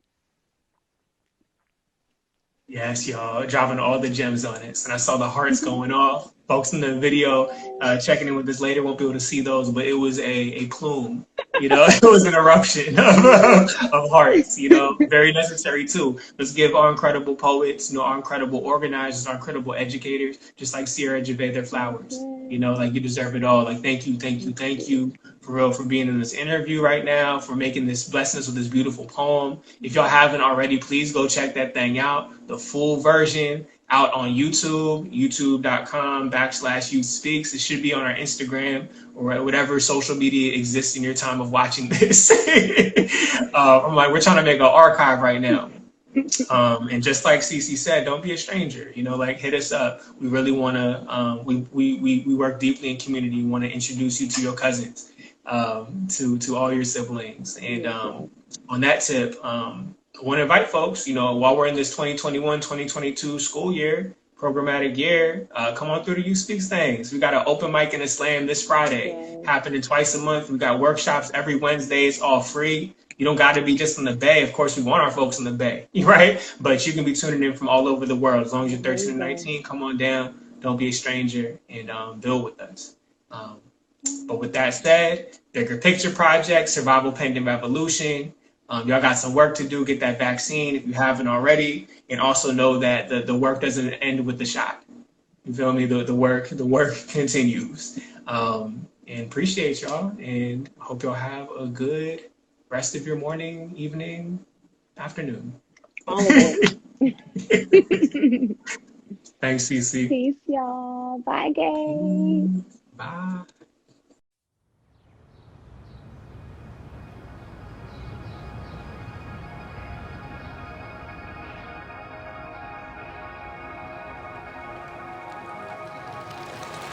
Unofficial instructions for getting a COVID-19 vaccine for Black girls like me. Step 1. If you are the praying type, now is the time. Instead of palms pressed together, rest one on heart, the other on womb. Sacred spaces deserve protection. Step 2. What they will not say is, it's ironic how Black women are often forced to trust the same systems created out of our bones, our blood cells to keep the rest of the world alive. And they will not apologize, nor honor this complexity. Instead, they will congratulate you, as if you've outran the virus. They will not see all our community who may never be so lucky to even contemplate yes or no. And maybe they will mean well. But it does not ease the memory of our aunties who did not survive. And yet we are left with GoFundMes and buried caskets, always wondering who it will outlast next. I heard 3 Black women geneticists say, this vaccine is not a weapon formed against Black folks, rather, the lack of access and education is. Anti-Blackness is. Jim Crow is. Black codes, eugenics, capitalism, misogynoir, every system harvesting our brilliance in an attempt to create a world by us, without us. Step 3. Perhaps you will be like me, already dizzied in the body, immediately questioning afterward. Replaying yourself 6 months ago, a Black woman so hell-bent against allowing anything inside my temple, and yet the story is so simple, which is to say that I fear my body may be shifting, but the vaccine is one form of protection against one kind of virus. Pretend tasers, slipping prayers, and a growing mortality rate for our mothers. Beds turn gravesite. Breonna Taylor, Alteria Woods. Black girls as young as 7 and as old as 90 are police targets if we ain't ladylike. If our sass is sitting at the tip of tongue in self-defense. If we hear an abrupt knock and go to open the door. If we are sleeping. If we are celebrating. If we are driving our cars. If we are texting in class. If we are worshiping. If we are calling for help. if our car breaks down after sundown, if we're in the wrong place at the wrong time, if we love the wrong person, if we are protecting our sons, if we fail to signal, if we fail to bow down, if we are defending ourselves, our womb, our children. Added bodies to the grave, witness to their own eulogizing.